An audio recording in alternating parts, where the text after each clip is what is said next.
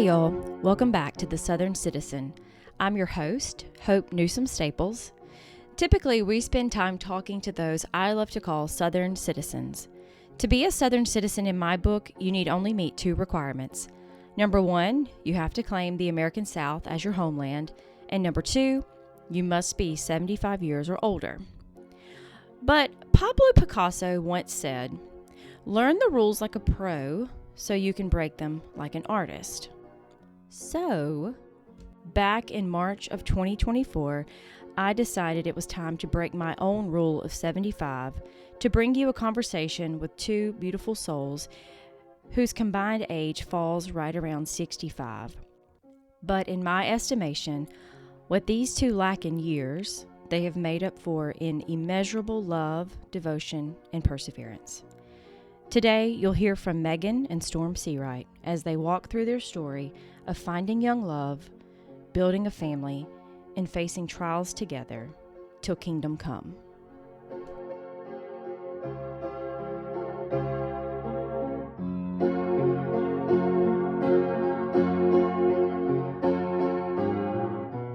Are y'all ready to get started? Yes. I'm just going to let y'all go around and introduce yourselves, okay? Okay. All right, you want to start? Yeah, I'll go. I'm Meagan Seawright. I am 31 years old, and this is my husband, Storme Seawright. I'm Storme. Okay, Storme. Now, Meagan, let me ask you some questions. Yes. This is kind of how I get going. When and where were you born? I was born in Laurel, Mississippi, June 23rd, 1992. So you're how old, you said? 31. I'll be 32 in June. Do you know if there's any certain or special story surrounding your birth that you've heard through the years? Well, I was due on my papa's birthday on June the 14th, and I was very late.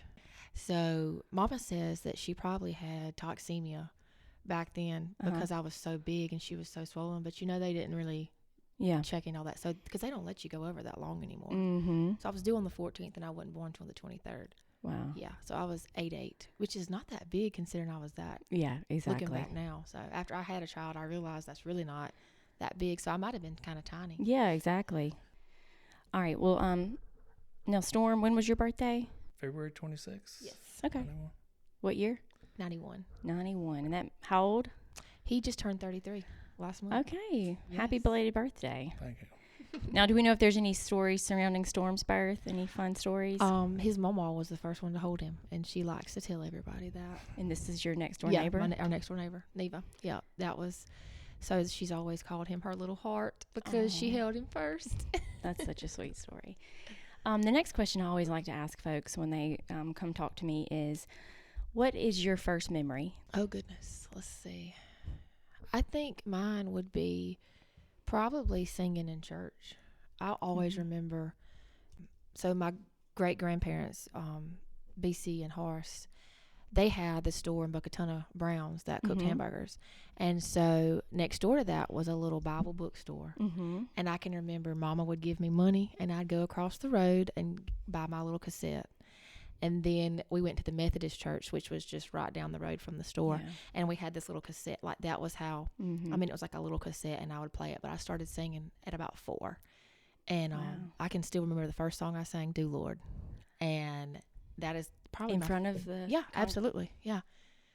And that's my first memories is church and singing. That's precious. Yeah. I remember going to the Baptist Bible Book House in Laurel. Yeah. And they had that little area, and you would sit and listen to tapes and pick out your song that you're going to sing. That's what that made me think of. You remember all the stickers they had and all that? Of course, I Yeah. had to buy all that stuff too. I didn't just, but they would give me money, and I would walk across the road and Pick your tape out. Yeah.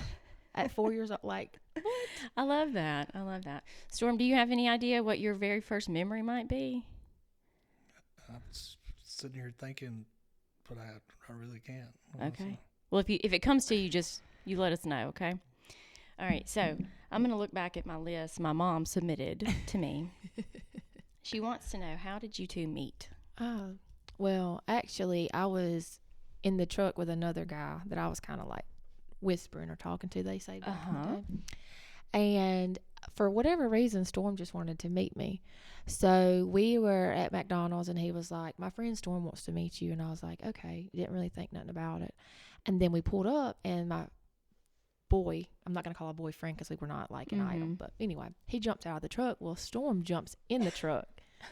And I was just like, oh my word. In the driver's seat? Yes. like we had known each other forever. And This was the first time. the very first time I laid eyes on him. And I was just like, I don't know. I said that was it for me then, although we didn't start dating then. But yeah, I was just like, Did he drive off? No, he didn't. I probably wish he would have, but no, he had this other girl there that was like trying to get all his attention, but he really wasn't studying her. Like, we just had like a moment. And that in Herbert Smart. Yeah. In Waynesboro? Yes. How old were you? 16. Wow. Yeah. So y'all didn't go to school together? We did not. I went to Wayne Academy and he was at Wayne County. I was a junior and he was a senior at this time. Is that the way you remember it, Storm? That's about the way I remember it. Just come out of nowhere, really. Yeah. Had you just seen her and you were I like, just met her. I was like, who are you? You know?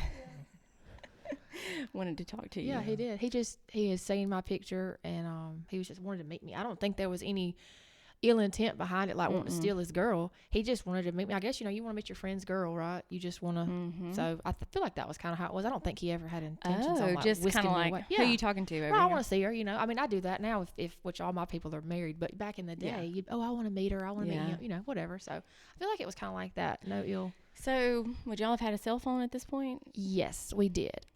I was not driving at the time, but he was. I was like late getting my license because I had friends that would take me places. But cell phones were a thing at that point. Okay, because y'all are a little bit younger than me. We had those Motorola Razors. Yeah, we had razors. Was that the flip, or is that the kind that like slid it up? was the flip. Yeah. Okay. Yeah. Man, I think I had a razor, and they were like different colors, maybe. Yes, the pink and yeah.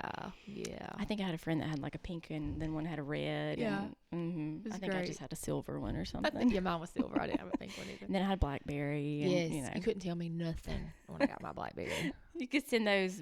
What were those things called? BBM. Yeah.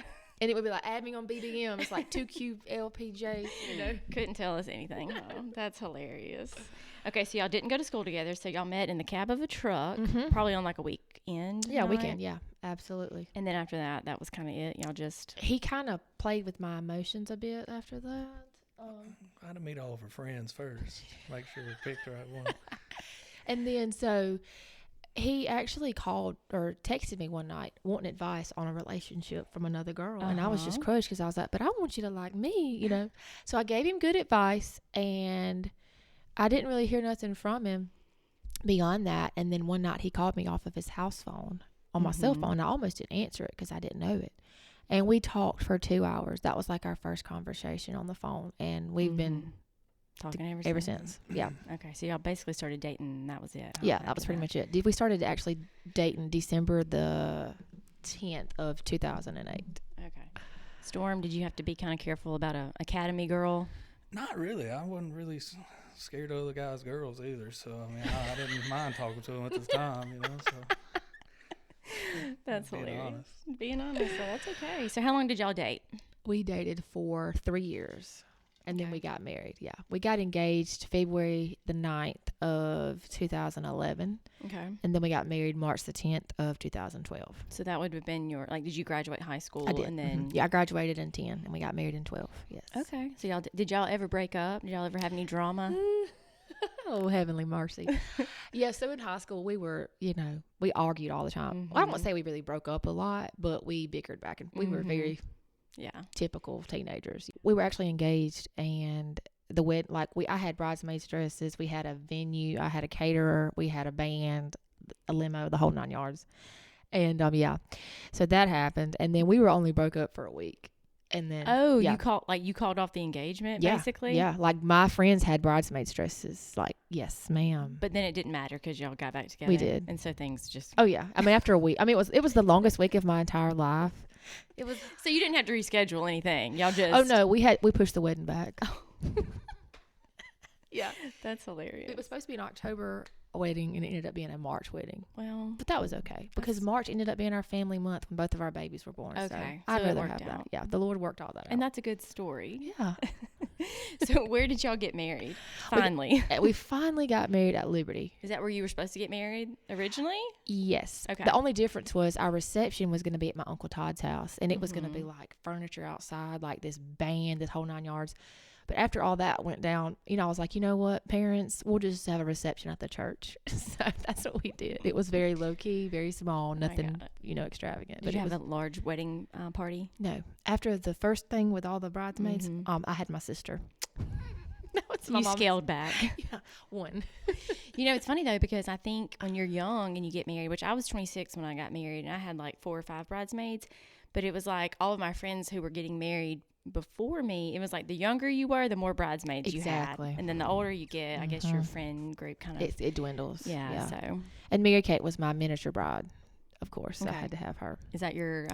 That's my cousin. That's Okay. my uncle's daughter. Yeah. So Okay. yeah, she was my mini me. Okay. Her dress was like a lot like mine. Like I Okay. mean, we had to make sure that she had to be like me. She was little, Okay. and Did you guys see each other on the day of the wedding? we did not until we didn't do anything before. We waited till the moment walking down. I was very old school, and I did not want him to see my dress. He had like no idea what my dress looked like. We kept it covered in my house because he was living with us at the time. He had his own little room. And I kept it hidden in my room. I didn't let him go up there. Yeah, and he did not see me before the wedding. So, like, when I walked through the doors, that was his first time seeing me. Wow. Yeah, I wanted that moment. That's so special. Storm, do you have a memory from that? Did you cry? I did not. He did not. Let's see. How do you say that? I wasn't exactly the same person that I am now. Okay. Right. I wasn't the person you were looking at that you might, let's see. I was a little bit different then. That was, 10 years ago? That was 12. Trying to figure out where I was in life. And so I wasn't who you expect to meet at the altar then. So I'm not the same person I was then. Mm-hmm. Let's just say if we'd have got married this year, it would be very different. It would be, yeah, he's so much more emotional and loving. Like, we were kids. Right. And that's all you can really say about it. We were babies. Because how old were you? I was 19 and he was 21. Yeah. He had just turned 21 like the month before that. So we were like babies. Yeah. So we didn't really know what to do. I mean, that sounds crazy, but it's just looking back now, I'm like, we were the first of all of our friends to get married. So we were kind of like the trial run of everybody. Now, granted, out of a lot of my friends that got married, they're in their second marries. Right. And we're still in our first. So I'm very proud of that. And we had, we were babies then, and then we had to go from there to actually figuring out that we're about to have kids, and then I have to grow up overnight. Felt like overnight, right? But so there was a lot of growing from there to here. So yeah, because we didn't live together. Like a lot of we were strictly like, I went from living in my mama's house to his house. So that right there alone isn't a big adjustment. Okay, this is your home. You're it. Yeah. You got to feed this man, keep him alive. Which was, ooh, how many times did I cook you hamburger helper? it took you about 40 times to figure it out. Yeah, You just read the instructions. That's right? it. yeah, that's all you do. Well, so did y'all go anywhere on your honeymoon? Was that? We did. We just went to the beach for a few days because he was working offshore, and so we had to just do like a little short honeymoon. But he ended up surprising me that following December and took me to the mountains as like a longer one. And it was going to be the most magical time, and then he got food poisoning. So, yeah, there's me in the mountains, which I've never been, driving down a mountain trying to find a pharmacy to get nausea meds. And we spent our time in the cabin for the most just part. the two of y'all. Yeah. He had good intentions. Way to go, Storm. I know. It was that Italian. I tell people, don't eat that Italian on the strip because that ruined our honeymoon part 2. Well, look, let me back up. Was the engagement story elaborate, or Storm, did you kind of just pop the question, or? There was nothing elaborate about it. I felt horrible about it. She could probably tell it better than I could. So, Did y'all shop for rings together? well, the ring thing, I was one of these, I'm very sentimental. So I wanted the ring to come from the jewelry store in State Line, Mississippi, that my family had gotten jewelry from, like my grandparents and stuff. So, those rings were going to be a lot cheaper and a lot more special in that way. So I got like a little brochure. This jewelry store's not even open anymore, but I got one and I kind of gave him an idea. I wanted the round cut, but he did all that. He went and did it. I didn't know nothing about it. And then I was playing Pac-Man on the computer, and then he was like, hey, and then He just handed it to you? yeah, just here you go. Will you marry me when I'm playing Pac-Man? Storm. Yeah. Yeah. That was it. Casual, huh? Very casual. But I mean, at the time, that was just him. Like, Were you surprised? I was very surprised. Yeah, I was. She was very happy over her Pac-Man ring. I was very happy with my Pac-Man ring. Yeah, I was ecstatic. Yeah, it was good. It was really So good. he caught you off guard. That's good, though. Yeah, it did. I mean, I can't say that I was ready for it because I wasn't. I did not have any idea. Did not. But he bought that ring, I think, with like his first check. Wow. When he went to work. So was that it from that jewelry store? From that jewelry store. I still have the brochures and a box in there I found the other day of me circling what I wanted, and I kept those all that time. Do you still wear that ring? Or I do you do. have a different one? I do. That's awesome. Well, good job, Storm. Thank you. You listened. He did. He did. It was perfect. I think that's good. My husband and I got engaged over Chinese food, so. We love Chinese. See, that's great. And it was sentimental, Yeah. I don't know if Pac-Man was sentimental to y'all, but it is now, huh? Yeah, I've always loved Pac-Man. It has a whole new meaning to me now. I love that. Okay, so how long after you guys got married did you find out you were going to have a baby? So let's see. We got married in March of 12. We found out we were expecting Brantley in August of 14. Okay, so y'all had a few years, huh? Okay. Was that a surprise? No. Okay. Both of our children were planned pregnancies. Okay. Yes. We made he told me around January of that year he wanted us to start trying to have a baby, and his exact words were, "Let's spice things up. Let's have a kid." He texted me that. I was like, that actually, I wanted kids like day one. So I had been praying like, thank you, Jesus. Like I was never so happy. So yeah, whenever I found out I was pregnant, I was at work. I took a pregnancy test at work and texted him while he was at work offshore. So that's how he found out. Wow. Were you shocked, Storm? Or do you remember getting that message? I do actually.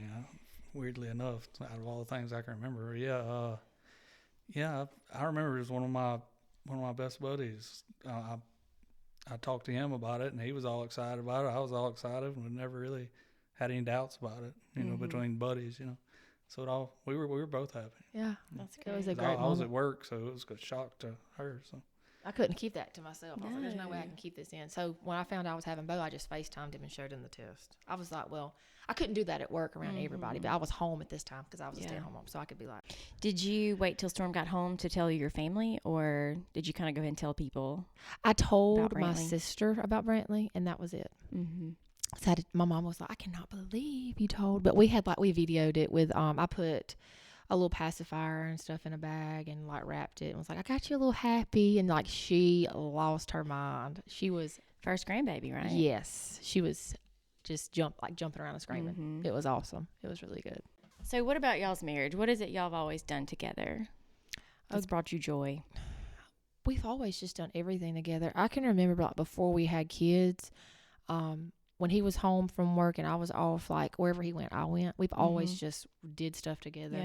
Yeah. So I feel like, and we even went to bed at the same time. That's one thing that we've just always been very close knit, even though our dynamic has changed and circumstances or whatever. We do everything together. I mean, we really kind of always have. Yeah. Except if you wanted to go fishing for 15 hours. You're right. I understand. No. But yeah. So your work, Storm, has always been where you've had to you work off and then you come home. I've always worked off at least, half the time or even 3/4 of the time. I'd be gone longer than a couple weeks maybe. Yeah, at least 2 weeks. So that's y'all's whole pretty much married life. That was the schedule. That was it. Yeah. He started working. Let's see. We got together in 2008. He started working offshore when I was still in high school. So that was in he started working offshore in maybe 2009, the end of the year 2009. So first of 2010. Yeah. So. Yeah. A majority of our relationship entirely, but our entire marriage was that until his seizure in 2022. Yeah. So we had been apart half of the year, our whole relationship pretty much. And was that okay? Y'all kind of just fell into your routine when he would come home? Yeah, it was just normal because I grew up oil field. Okay. So it was just normal to me. He just kind of learned he would figure out what was going on and he would just kind of fall in line to it. Okay. Yeah. Gotcha. Pretty much. No big adjustment for us. Yeah. So you're a fisherman, Storm, or? I'm a oil field worker.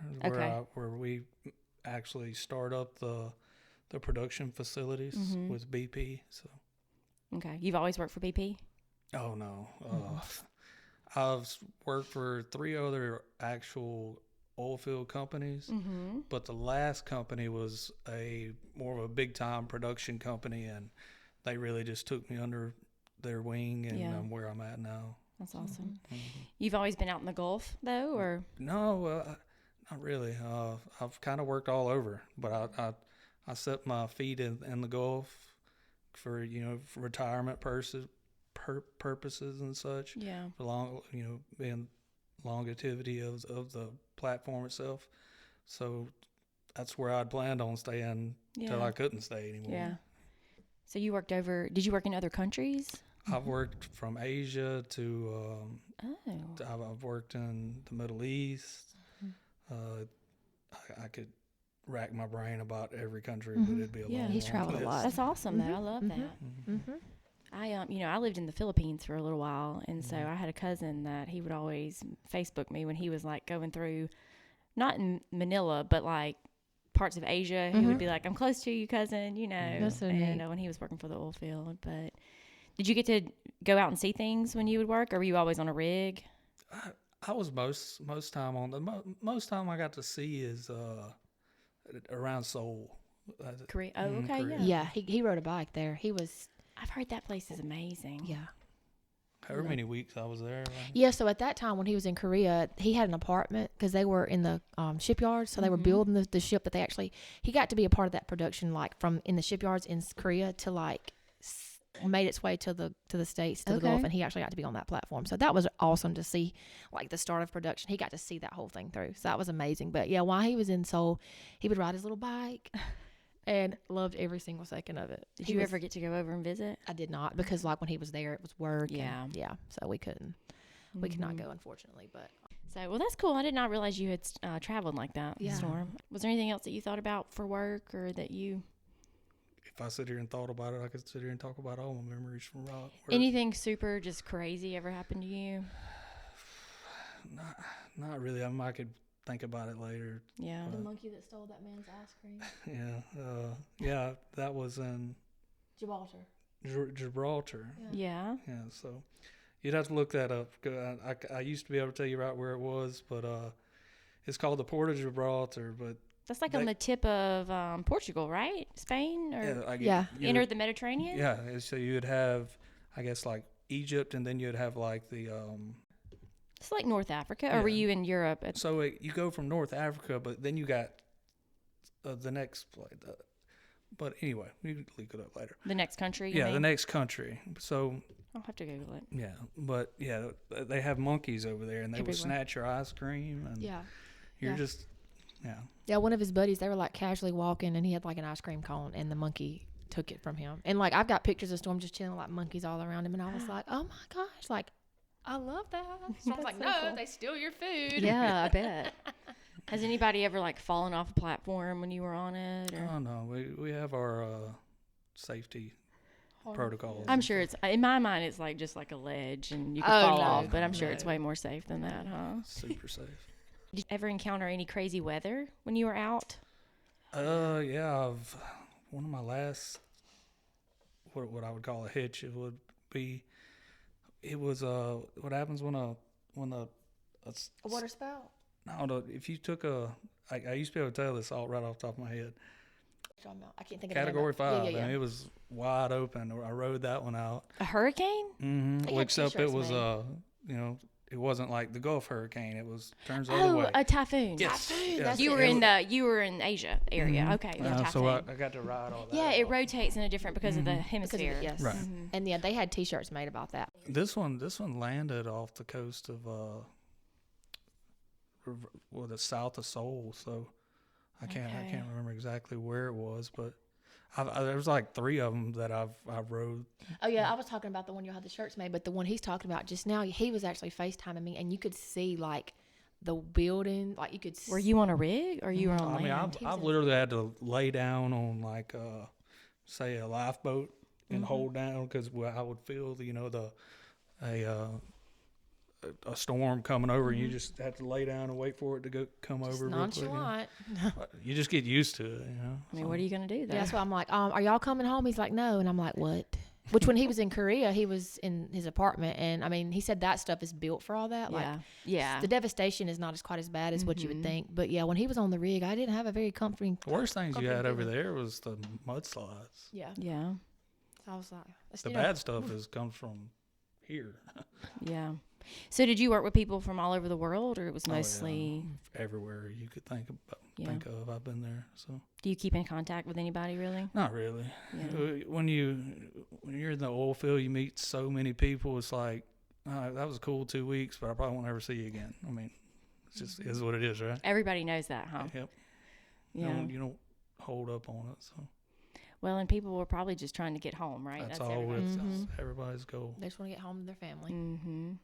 So how many years? So that was from the beginning of, really before marriage, right? You started that career, and then until May of 2022. Okay. So leading up to May of 2022, you guys had 2 boys. Yes. From, what'd you say, 2012? Brantley was born March the 16th of 2015. He was born at 32 weeks. He had a 15-day NICU stay. And then Bo was born March the 6th of 2018, and he was born at 36 weeks. But he was able to come home. He was okay. So no NICU stay for him. Wow. So what was that like in the NICU? Oh, it was, well, again, we were babies still. I was 22 and he was 23. And I was, trying to figure out how to be a first-time mom, and that wasn't the plan. That wasn't what I wanted. So we lived there. Thankfully in Hattiesburg at Forest General, they made it to where parents could stay with their children. And so we had a couch and a little recliner, and we stayed there the entire time, with the exception of the doctor physically telling him to go get me a breast pump to take her home. She needs rest. Like, I was very bad off. I mean, I wouldn't want to go outside. I wanted to stay in there and just watch Brantley. Yeah. So that was a hard 15 days. I bet. Who was your doctor? My doctor was Dr. Holland. John Holland? Yes. He delivered John Caleb. Yes, he delivered both of my babies. And he told my mama I threw him a curveball because they did not see that coming. Yeah. I was hospitalized prior to having Brantley. So I was already in the hospital. Okay. So your pregnancy was, you had trouble? Yes. Okay. I was sick the entire time. Yeah, it was a very hard pregnancy. And I got diagnosed for preeclampsia. Okay. I was on bed rest at that point. Yeah. So y'all were both able to spend time in the hospital with Brantley. Yeah, his work, he had just gotten home, and he stayed home his 2 weeks, and then his work allowed him to stay home another 4 weeks, or another 2 weeks, his regular work time, and then he stayed home. So he had 6 weeks with us. Okay. So he had a good month at home trying to get adjusted before he left us. Yeah. That makes a huge difference. Yeah, because I was dependent because I had a section, so I couldn't. He changed every diaper for probably the first 3 weeks. You didn't mind changing diapers, Storm? I never have. Diaper changing machine. That's good though. Like, not every guy's gonna do that. Oh, he had to. He had to step up, and I'm telling you, he did a fine job. That's amazing. And then, so you said 2018. Old Bo Tater. Okay. He's a little different than Brantley? He is very different, but he is hilarious. He keeps us on our toes. Do you have a traditional, Brantley is the oldest child, and then Bo's the baby, obviously, but do they kind of take on the traditional personalities of those titles? Absolutely. 100%. Wholeheartedly. Yeah. Okay. Bo, my daddy actually missed his birth because Storme had just gotten home, thankfully. He told his guys on the rig, he was like, I just feel like I need to come home on this boat, because he knew my history. He knew I had babies early. Had he not come home that day, he would have missed the birth as well. So I'm glad his daddy instincts knew better, so he was there. But I just went over to the hospital for an appointment, and my blood pressure was up. And so I called him, and I'm like, all right, we got to do this again, And so I was there alone because my mama had to leave and go get all my stuff because we were not prepared. And my doctor, Dr. Holland, comes in. He's like, we may have to go ahead and do this baby sooner rather than later because his heart rate's dropped. And I said, no, I don't have anybody here. No, I was scared to death. But luckily, they didn't have an OR for me. So I guess it wasn't dire enough. So Storme got there, and we were able to have him shortly afterwards. So it was good. And he was not in the NICU. He was not. They told me that it was a possibility, but he come out screaming. We knew. We're good. We're good. So what's their little relationship like, Brantley and Bo? Oh, what would you say? Best friend. Yeah. So how much time's between them? 3 years. Okay. Almost exactly 3 years. So they love each other? Oh, yeah. They fight like brothers do, but they're going to fight for each other. They play together 95% of the day. And Bo is in love with Brantley. I mean, he just thinks he hung the moon. That's so sweet. And Brantley's like, getting too cool sometimes for him, but he likes it. Yeah. Do they share a room? They do. They would rather have it that way, but they end up in our bed. But they start off asleep in their bed. Because they're, how old are they now? 6 and 9. Okay. Because my kids are 7 and 4. And just about every night, somebody's going to come get in the bed, if not both. Yeah. That's exactly And that king-size bed fills up really quick. fast. And we have a dog in there with us, too. So What kind of dog do y'all have? we have a golden doodle. Oh, She's 3. Her name is Bree. Love it. Have y'all always had dogs? No, I was not. That was all him. I'm surprised by that, Megan. That's what everybody says. You're not a dog person? No. When he told me, I put a deposit down on a golden doodle and we're going to get it in June. This was in like March. And I'm like, okay. Then like a week later, he's like, oh, by the way, we got bumped up. We're going to go Saturday and get her. And I'm like, come again? And then he got called to work the next day. So then you were Conveniently, who had to train her? training a puppy. That I didn't even want. But I will say when I met her, I was crazy about her. So. People go crazy over those golden doodles. Like, they really are amazing. Like, yeah. if you want a dog, She's that's smart. Very. And she's mine. Okay, so she's your baby. She's now. my baby. You can ask him. No, yeah. Okay. Way to go, Storm. You did the right thing then. Yeah, so I told him I wasn't mad at him no more. Well, do you two have a favorite, you'd say, memory together? Like something that y'all have done? I don't know. Just a trip or... Yeah, there's 2 things that stand out to me. One is us as just us, and then one is the 4 of us. But we went to Disney with my family for his first trip back in like 2013, I think. Uh-huh. And we had went to a Christmas party at Magic Kingdom. And so when you go to those parties, essentially only the people that have the tickets get to go. Mm-hmm. And so we did all the things and we shut the park down and we got on a ride. It's a Small World. And we were the only ones on that ride. And from like, I'm such a Disney freak, like obsessed. I mean, like, I see that. My sweatshirt and my house shoes. I'm obsessed. And so that for me was just top tier. Like I told him, I was like, I'll never forget this night for the rest of my life. It was just you and Storm? Just me and him on this ride. Like, and this ride is huge. Huge. And there's like all these little trains and we're it. That's amazing. Yeah. Was it magical? It was. I was like, oh my gosh. He's just like, Can I tell you something, Megan? Yes. I've never been to Disney World. Oh my goodness. Okay, we had to press pause for a second. Megan had a surprise visitor who brought bearing gifts. Yeah, right? our home health nurse brought the boys beautiful Easter baskets she painted. I just love that. And did you even know she did that? I did not. She's a sweetheart. We love her so much. One is a baseball theme and one is a dump truck. Yeah, and I told her, I said, that literally fits their personalities to a T. Brantley for the sports and Bo for the dump truck. Okay. Loves the dirt. That's them, huh? Love it. Nailed it. Okay, so back to Disney. So y'all were on it's a small world ride. So we had that moment and it was amazing. And then so fast forward to this past October, we went and we did the Halloween version of that party.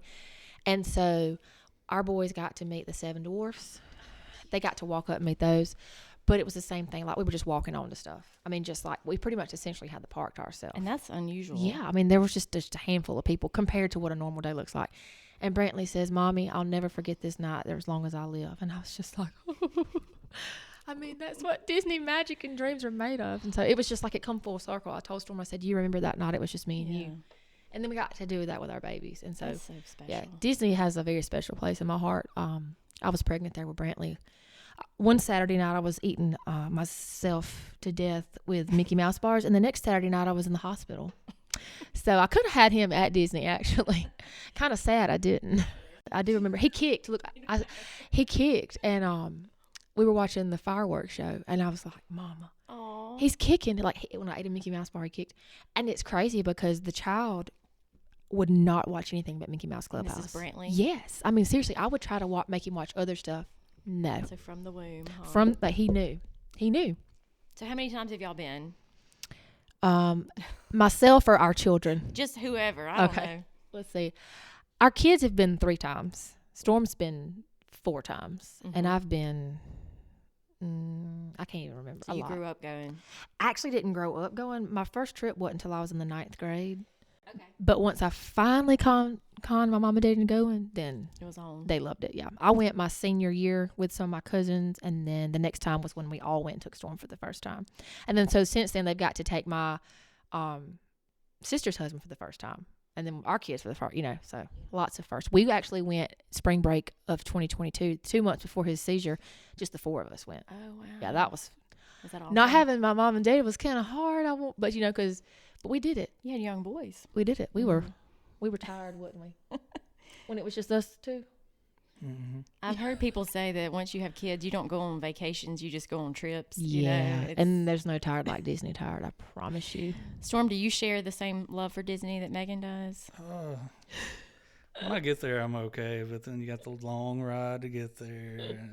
Do y'all drive or y'all fly? We drive. We've only flown one time, and that was when it was just like me, Mom, and Daddy, Storm, and my sister before she got married. And it's good to fly, but here recently you run into a lot of flights being canceled. Matter of fact, someone I just know of here in Waynesboro, their flight was canceled. So you drive, and plus you can bring back all the souvenirs because we don't. That's true.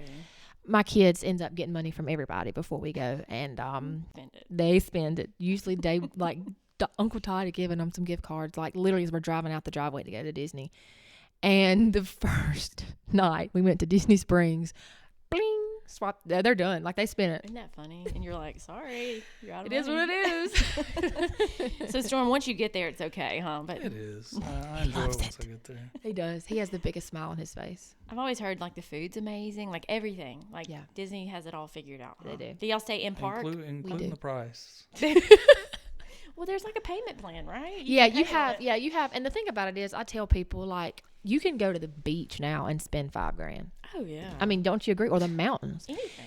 And so Go to Walmart. yeah, I mean, yeah. So like our trip, I that was something that I was working at the time, and he told me, he's like, if you want to go on this trip, this one's on you. The rest has been on me. Then this one's on you. Kind of like, I think he thought, well, she ain't going, no ma'am. I called my agent the next day and I was like, this is my dates. And so, so you can, I had, I've paid a little bit here and there. And so it's not anything like what people think. It really, you can seriously spend that amount at the beach.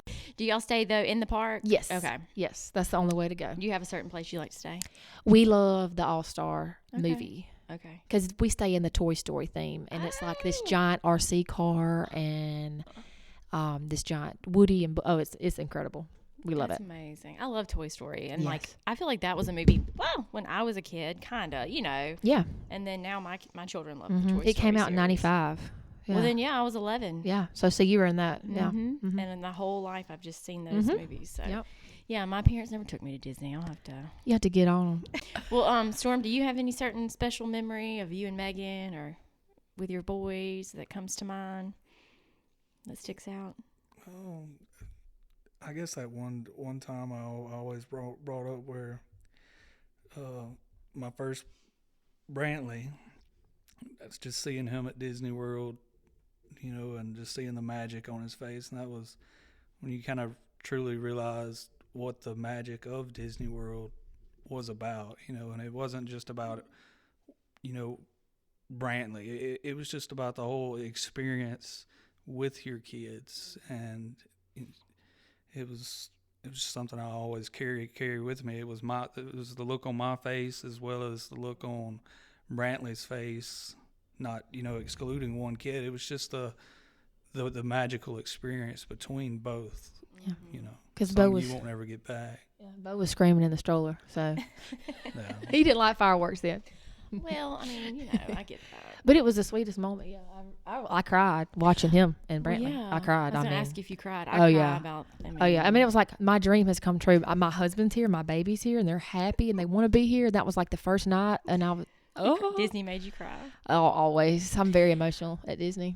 So okay, that was y'all. What was your last trip? You said 2019. No, we actually went in October of this year.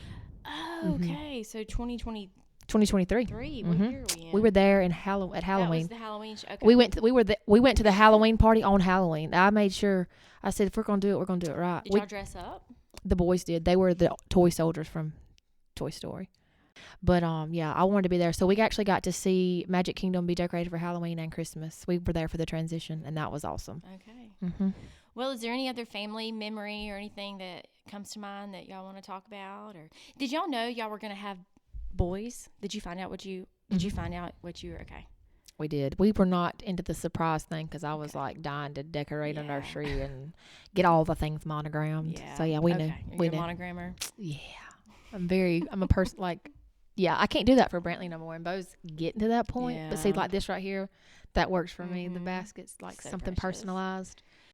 We can transition into the most recent season of y'all's life. Yeah, or- the cancer and our faith, So what year did this begin, Megan? 2022. Okay. Mhm. So 2022, what month? So it was May the 24th of 2022. Okay. So what happened on that day? So it was the 2:00 in the morning, and I get a phone call from Storm, which was not normal Mm-hmm. because he was working days, and we had actually spoken just a few hours before on FaceTime. So I knew he was supposed to be asleep, and he said, "Don't freak out, but I had a seizure."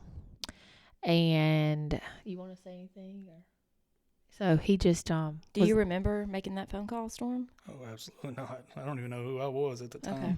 He has no recollection of that. So basically he couldn't tell me very much because he was very much disoriented. But Where was he when he made the phone call? in the Gulf of Mexico, Still on on an the oil rig. rig. Okay, Yes, still they on had. the rig. He said the chopper's coming to get me, and I will let you know something later. So anyway, maybe like 10 minutes later, his OIM calls me. Scott, I think What's is an OIM? it's like his big boss Okay. that's on the platform with him, and they had woken Scott up because I think he was asleep too. Isn't that his name, Scott? Mhm. Yeah, they had woken Scott up. He was asleep because this is a big deal. This is very scary. They don't know what's going on with him. He lost consciousness, and so Scott's kind of just reassuring me. We're taking good care of him.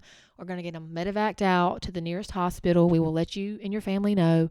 So anyway, I basically threw some stuff in a bag and we headed down there. And this was in Lady of Our Lords in Baton Rouge, I think. Okay. Yeah. So was Storm working when this happened? He was on asleep. How in the world? His roommate heard him. He woke up from a dead sleep and felt this pain. And his roommate, do you remember your roommate's name? Oh, no, he was third party. I You did. hadn't known him very long. Yeah. Okay. And he was like, help, help, help. Like mumbled that out before So he it lost. woke him up. Mhm. Wow. That was just God. That was God. Really? Because That was God. And so anyway, we get to the hospital. I got to the hospital just shortly after he got there. And they had already did the CT scan, and they said, "Oh, there's swelling on the brain." And I was like, "Oh, well, he's got a big brain, so it'll be all right." how did you get down there, Megan? His parents took me. Okay. And so I was like, I don't really know what this means. I really wasn't worried. I was Mhm. very naive. And so Because how old was Storm? he was 31 and was Mhm. completely healthy. So Yeah, I was, multiple head injuries, concussions. Yeah, I So, mean, he was- I was just typical boy. yeah, I mean, he just was a Yeah. rough and tough guy. And he was fine. I mean, totally fine. And so they come in after they did it. I was there when they took him back for the MRI. And then that's when they came in and they were like, there's a 3.6 centimeter mass. And I'm like, okay. And I'm still kind of trying to put the pieces together. So we're in this ER a good majority of the day before we get to go. When I really started to panic was when they wanted to put us on the neuro floor in case of surgery. And I'm like, wait, what? Right. Mm-hmm. And so we had to wait for the neurosurgeon, I guess, to do his clinic that day and then meet with us that night. And he pulls up the MRI. And I'm like, well, when will we know if this is malignant or benign? And he said, oh, no, it's definitely cancer. And I'm just like, he's just so nonchalant. Yeah. And I'm like, wait, I just like stopped breathing, I think, at that moment. And so that's kind of where our journey started. We actually, oddly enough, had discussed if one of us ever got cancer, we wanted to go to MD Anderson. We felt that was like just the hub of the best Right. place in the world. So I called them like a crazy woman to get him in. I mean, when I tell you I called. We finally got an initial appointment, and they just kind of didn't want to be in a hurry for his surgery. But I was like, no. She was like, I got to go on vacation. I said, I called again every day. And finally, she actually, the neurosurgeon herself told me, she was like, I was going to wait till after my vacation in July, but we did surgery in June because he said, your wife seemed very concerned. And I said, You were his advocate. Absolutely. I had to be, and I Mhm. still am fighting for him because they don't care. They do not care. I mean, there's so many people out there, you kind of get lost in the Yeah. mix. So he had an awake craniotomy June the 24th of that year, so a month from the day. What does that mean? Awake craniotomy. They put him to sleep. They cracked open his skull, woke him up. Can you comment on that, Storm? Yeah, we need you to comment. Do you have memories of that? Oh, yeah, I got full memories. Okay. So I remember going into surgery, and we got this big open OR, excuse me. And you got, what was my doctor's name? Dr. Ferguson. Dr. Ferguson. I remember getting put to sleep, and then they're, hey, what, you know where you at? I'm like, yeah, I know where I'm at. So they woke you back up. And at this point, they've already split my head open, right? And they're looking in, removing all the tumor, which I couldn't feel it. And then they had me sedated enough where I could talk, and I could tell you anything about anything, but I couldn't actually feel or, anything like that. And we talked and talked and talked, me and the doctor. I guess that's their job, is just keep me talking, right? So then they're like, all right, we're going to put you back to sleep. And we did. They put me back to sleep. And, it was easy going to sleep, the first time. But whenever they put you back to sleep and you have to come off of anesthesia, that's a whole nother ball game. Yeah, that's a lot of pain, a lot of time. And so what was the purpose of you being awake? when it comes to the brain, right, whenever they need to remove something that's in a real small area that you don't want to mess up. So they basically think of it as like an electricity probe. They would shock it. And if it moved, you don't want to remove that part of the brain, right? So they were getting you to respond. Right. Yeah, his body, like his foot or his arm or whatever, yeah. Yeah. So it was a pretty cool experience. A lot of people scared. I mean, through all of it, I was never scared. You know, I put the trust in the Lord at the beginning of it. So I really was never scared over any surgery I've ever been through. Yeah. That was just your path forward, huh? I mean, you had to. Yeah, you don't have much of a choice. He knew in order to get the majority of this tumor out, because of its size, it would be very detrimental to his health and his lifespan if he did not remove as much. And so they called it a total gross resection. Of course, it didn't get everything, like the tiny particle astrocytes. That's what they said. But yeah, they called it a total gross resection, which in the cancer world is not. I mean, it's good, but it's not. It's not completely true. No. Did you feel like pressure or anything, like when they were doing any of that? See, the way I understand it is asking that question there. If you did something inside your brain, I can't feel that. Mm-hmm. But it's like you can't feel your brain itself, right? Mm-hmm. But if you try to cut something out here that's outside the brain, you can feel it. Mm-hmm. That's the best way I can understand it. Yeah. But so it was totally painless. You were just responding and helping the them surgery out. itself. Yeah. So you were like an active participant in that in process. his surgery. Yes. How many hours were you in surgery? Do you remember? I can't really. We had to be at the hospital at 5, and they took him back around 7. I didn't get to lay eyes on him till about 7 that night. So I was and I had to be by myself in the waiting room. They had just released some of the COVID restrictions. Prior to that, I would have had to have dropped him off and not been there. So I was just thankful. But I did sit there in that OR or that waiting room, and there's the drain tube was the words. Oh yeah. There's a ton of surgery rooms there at MD Anderson. So from the night you have your seizure, to the day you had your surgery. A month. Okay. And that was you pushing your first brain surgery. That was 1 month. Mm-hmm. He had a biopsy, the initial biopsy. He had the seizure May 24th. May 25th, he had a biopsy, and that was what determined the type of cancer. And then so a month later, he has a craniotomy. Mm-hmm. What was the type? He was originally diagnosed with astrocytoma grade 3, the first tumor. So 1 month, which is just probably a whirlwind. Yeah. Do you even remember what was happening? I was subbing at Wayne Academy, and we had just gotten out for the summer. I'm talking like days. Wow. I remember we had a beach trip coming up with this boat. It was just, life was going to be great. The summer was ours, and I was just in a funk. I was just I still didn't realize how serious it was. I thought that he was going to recover from it and be back on the rig in 6 months. Yeah. I honestly was very naive. I remember I was with my parents and my husband and my kids. We were at Perdido Key, Florida, on the day Storme had his seizure, and I was in the living room with my mom in our condo, and she got a text from your mom and said, Storme's had a seizure. Yeah. Please pray for him. And I remember my mom stopped and prayed for y'all right then. It was a hard day for a lot of people. It was very hard. Mm-hmm. So 1 month from that day to an awake craniotomy. Did I say that you right? did. It's a mouthful. So after that, what was the next step? So we had to wait for healing, and then once healing, they were, approved that, we started going to Hattiesburg. We had the option to go to MD Anderson and do all the treatment, but just financially and having 2 kids that were going to be in school, because, treatment as a whole, it didn't get started as fast as we wanted. So treatment was starting when school was starting, and we just knew. So anyway, we'd opted to do Hattiesburg, and so we went to Hattiesburg. He did 30 radiation treatments. Which is great. Yes. I mean, we have that here. And we love everybody that has cared for him at Hattiesburg has been amazing. Like, seriously, they're fantastic. How long after your brain surgery did they say, get out of here and go home from MD Anderson? It didn't take me long. I was ready for baseball break. We were there maybe like 4 nights ish. Okay. So, like, how quick were you up, and like, did they get you up pretty quick after your surgery? It felt like, compared to where I'm at now, which is, you'd think it's a huge surgery that I just went through, with the open craniotomy and stuff.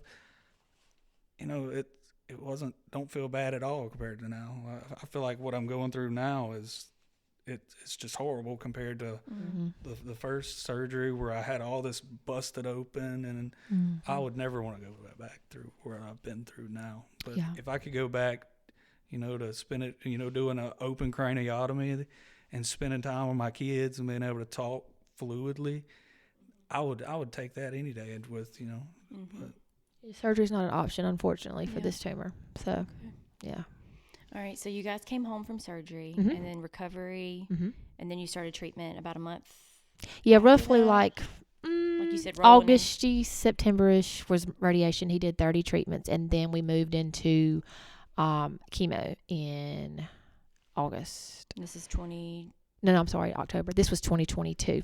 Mm-hmm. And so he did chemo treatments for a solid year. Did y'all go to the clinic, or was it pill form? It was pill form, so they mailed it to us. And he finished that October of 2023, and we found out a new tumor had come back December of 2023. So literally 2 months after finishing treatment. How did you guys find out about that? Just like a customary, like a scheduled scan? Mm-hmm. I could tell you I had it. Yeah, he knew he had it, but he had scheduled MRIs every 2 months. But I'll let you talk. Storme, about why did you know you had it? Oh, you know what you go through every day, right? Mm-hmm. So, whenever the first time I just was 100% sure I knew I had it was I took my little boy down to my uncle's house because I wanted to go deer hunting.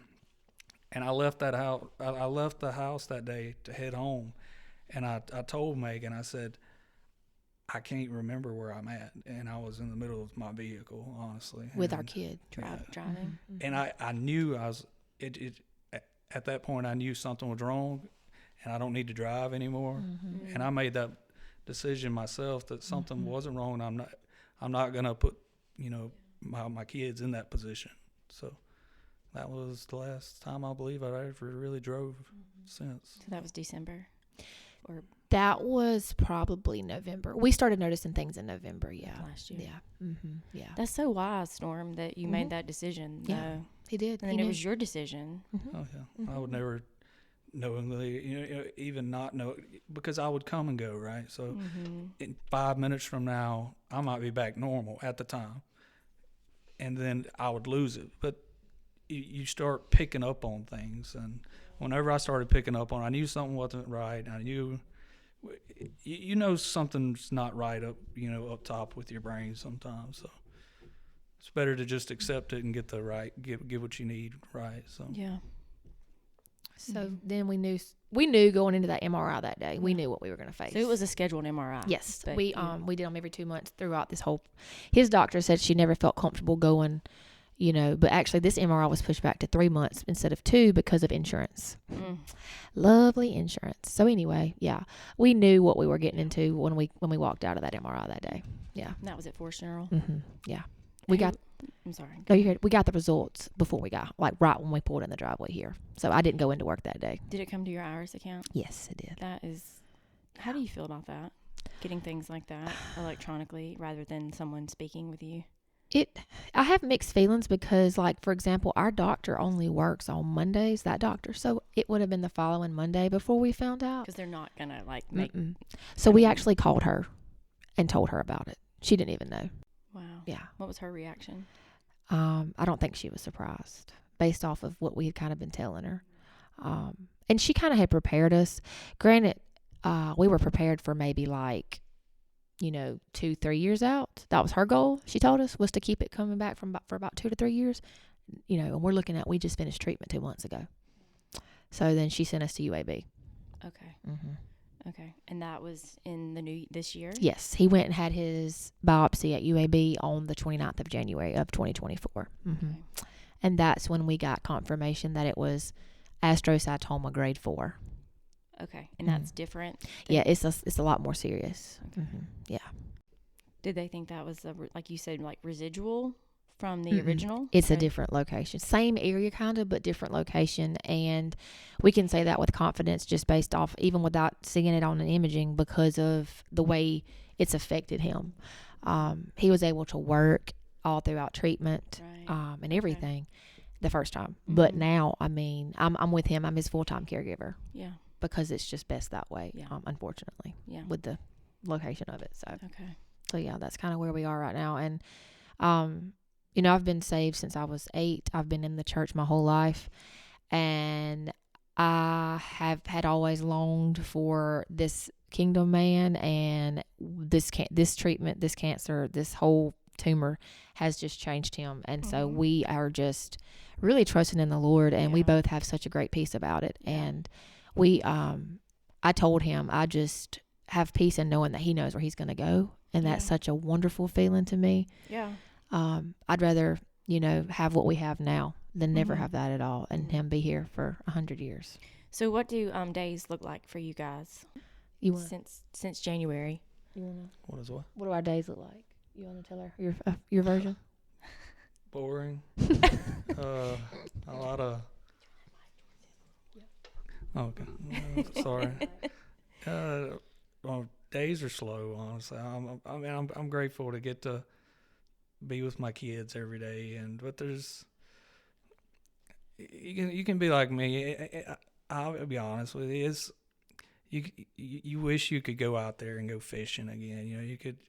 There's a lot you wish you could do, but then at the end of the day, you're thankful that you can do what you can do. With what you can do, because I could be, where I'm at, where I can't even spend time with the kids. So I'm thankful for what I can do, but it worries on your brain.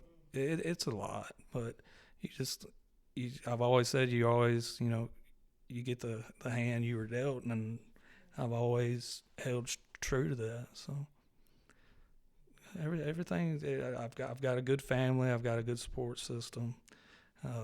I've got the best kids and wife in the world. So I don't have a problem. I don't even like complaining as much as I just did. So, but. That's an amazing outlook. Yeah, and he's just so tough and so strong, and he's such an easy person to care for. Okay. But for me, I wake the kids up, I get them off to school, and then we sit side by side in our recliners like Edith and Archie Bunker, and we drink coffee. I make sure I give him his meds. I get him some yogurt. We try to be conscious of just getting him good, healthy in the morning, and getting all the things for his stomach that he needs. And we'll go on a walk, or we'll nap, or we may have a doctor's appointment. We have home health that comes once a week, and I have to take him to the doctor every 2 weeks for infusions, and then once a month to see his cancer doctor. So for him, it's slow, but for me, I stay busy. I mean, I have a lot of naps. I have a lot of time to do laundry and clean house. And well, your home is so peaceful, and it just seems kind of like a sanctuary. It is. It's where is that your goal? Yeah, we're hermits. We love home, and I've been obsessed with decorating and doing and since I was little. So has she cooked you any more Hamburger Helper lately, Storm? I don't think so. I have graduated from Hamburger Helper, and he loves my cornbread and. What else? My biscuits. Yeah, biscuits. So I can do that now. So is that your favorite meal? What's your favorite meal that Meagan makes you, Storm? Oh. All spaghetti. of it? We'll just go with spaghetti. Spaghetti. Oh, my heavenly day. I mean, You have a good spaghetti recipe, Megan? He does like my spaghetti. I just kind of whipped it up. I just, he does really like my spaghetti. He has bragged on that a long time. So we'll go with that. We'll go with that. But yeah, our days are just slow and they're sweet. And what has community meant to y'all, or how has your community served you? Wow. I mean, this part is just, it's overwhelming. The first tumor, we didn't know what the outcome was going to be with his job, and we didn't really know. And at the time, I was not working. I was working part-time just because I wanted to at the school. He wanted me to be a full-time stay-at-home mom. And so we did not know what our financial situation was going to look like moving forward. And our community, I mean, we had bracelets, we had T-shirts that sold.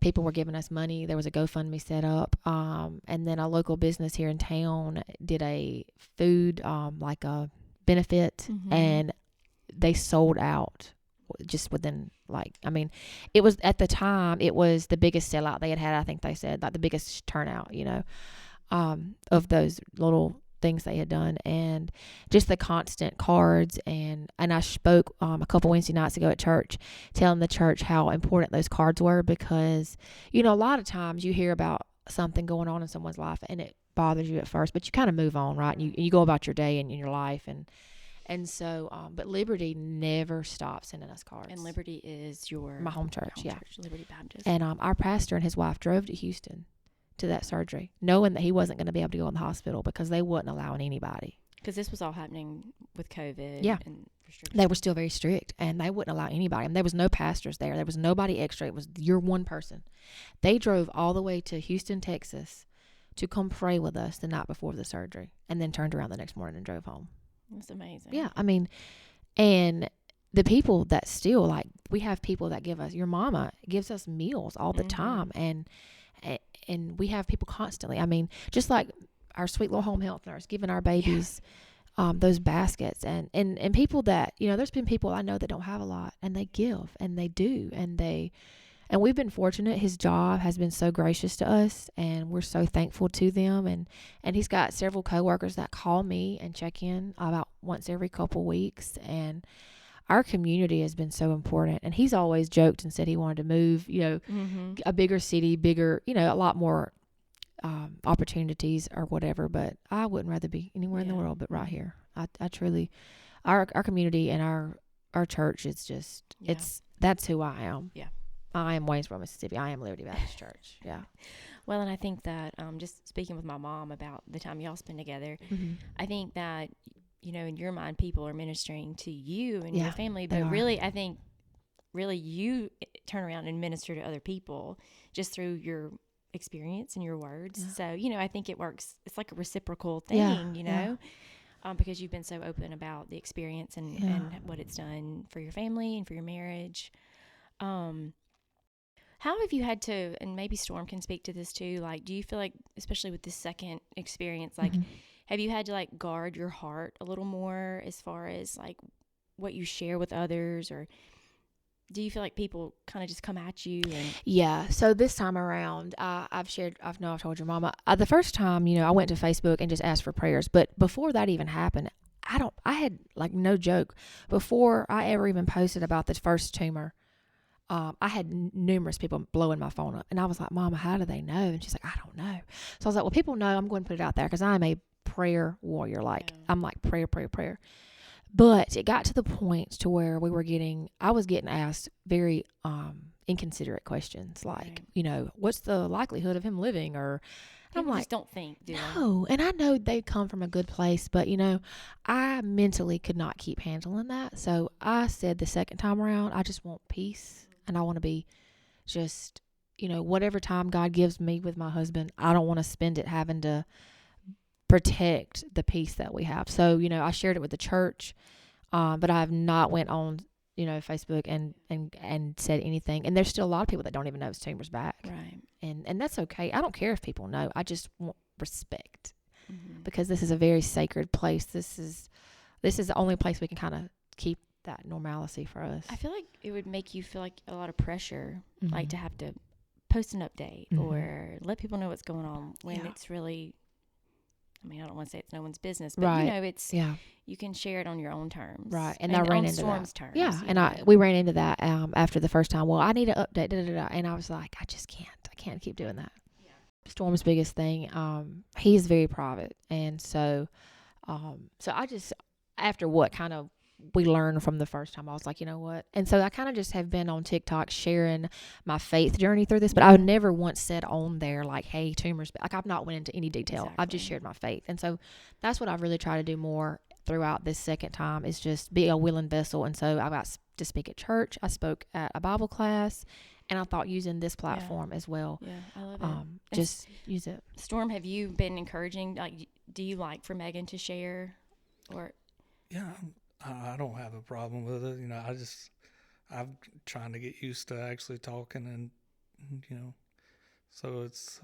I think I've come a long way. At least just being able to talk and communicate. Just with my progress is if I can talk and communicate with, you know, with my faith.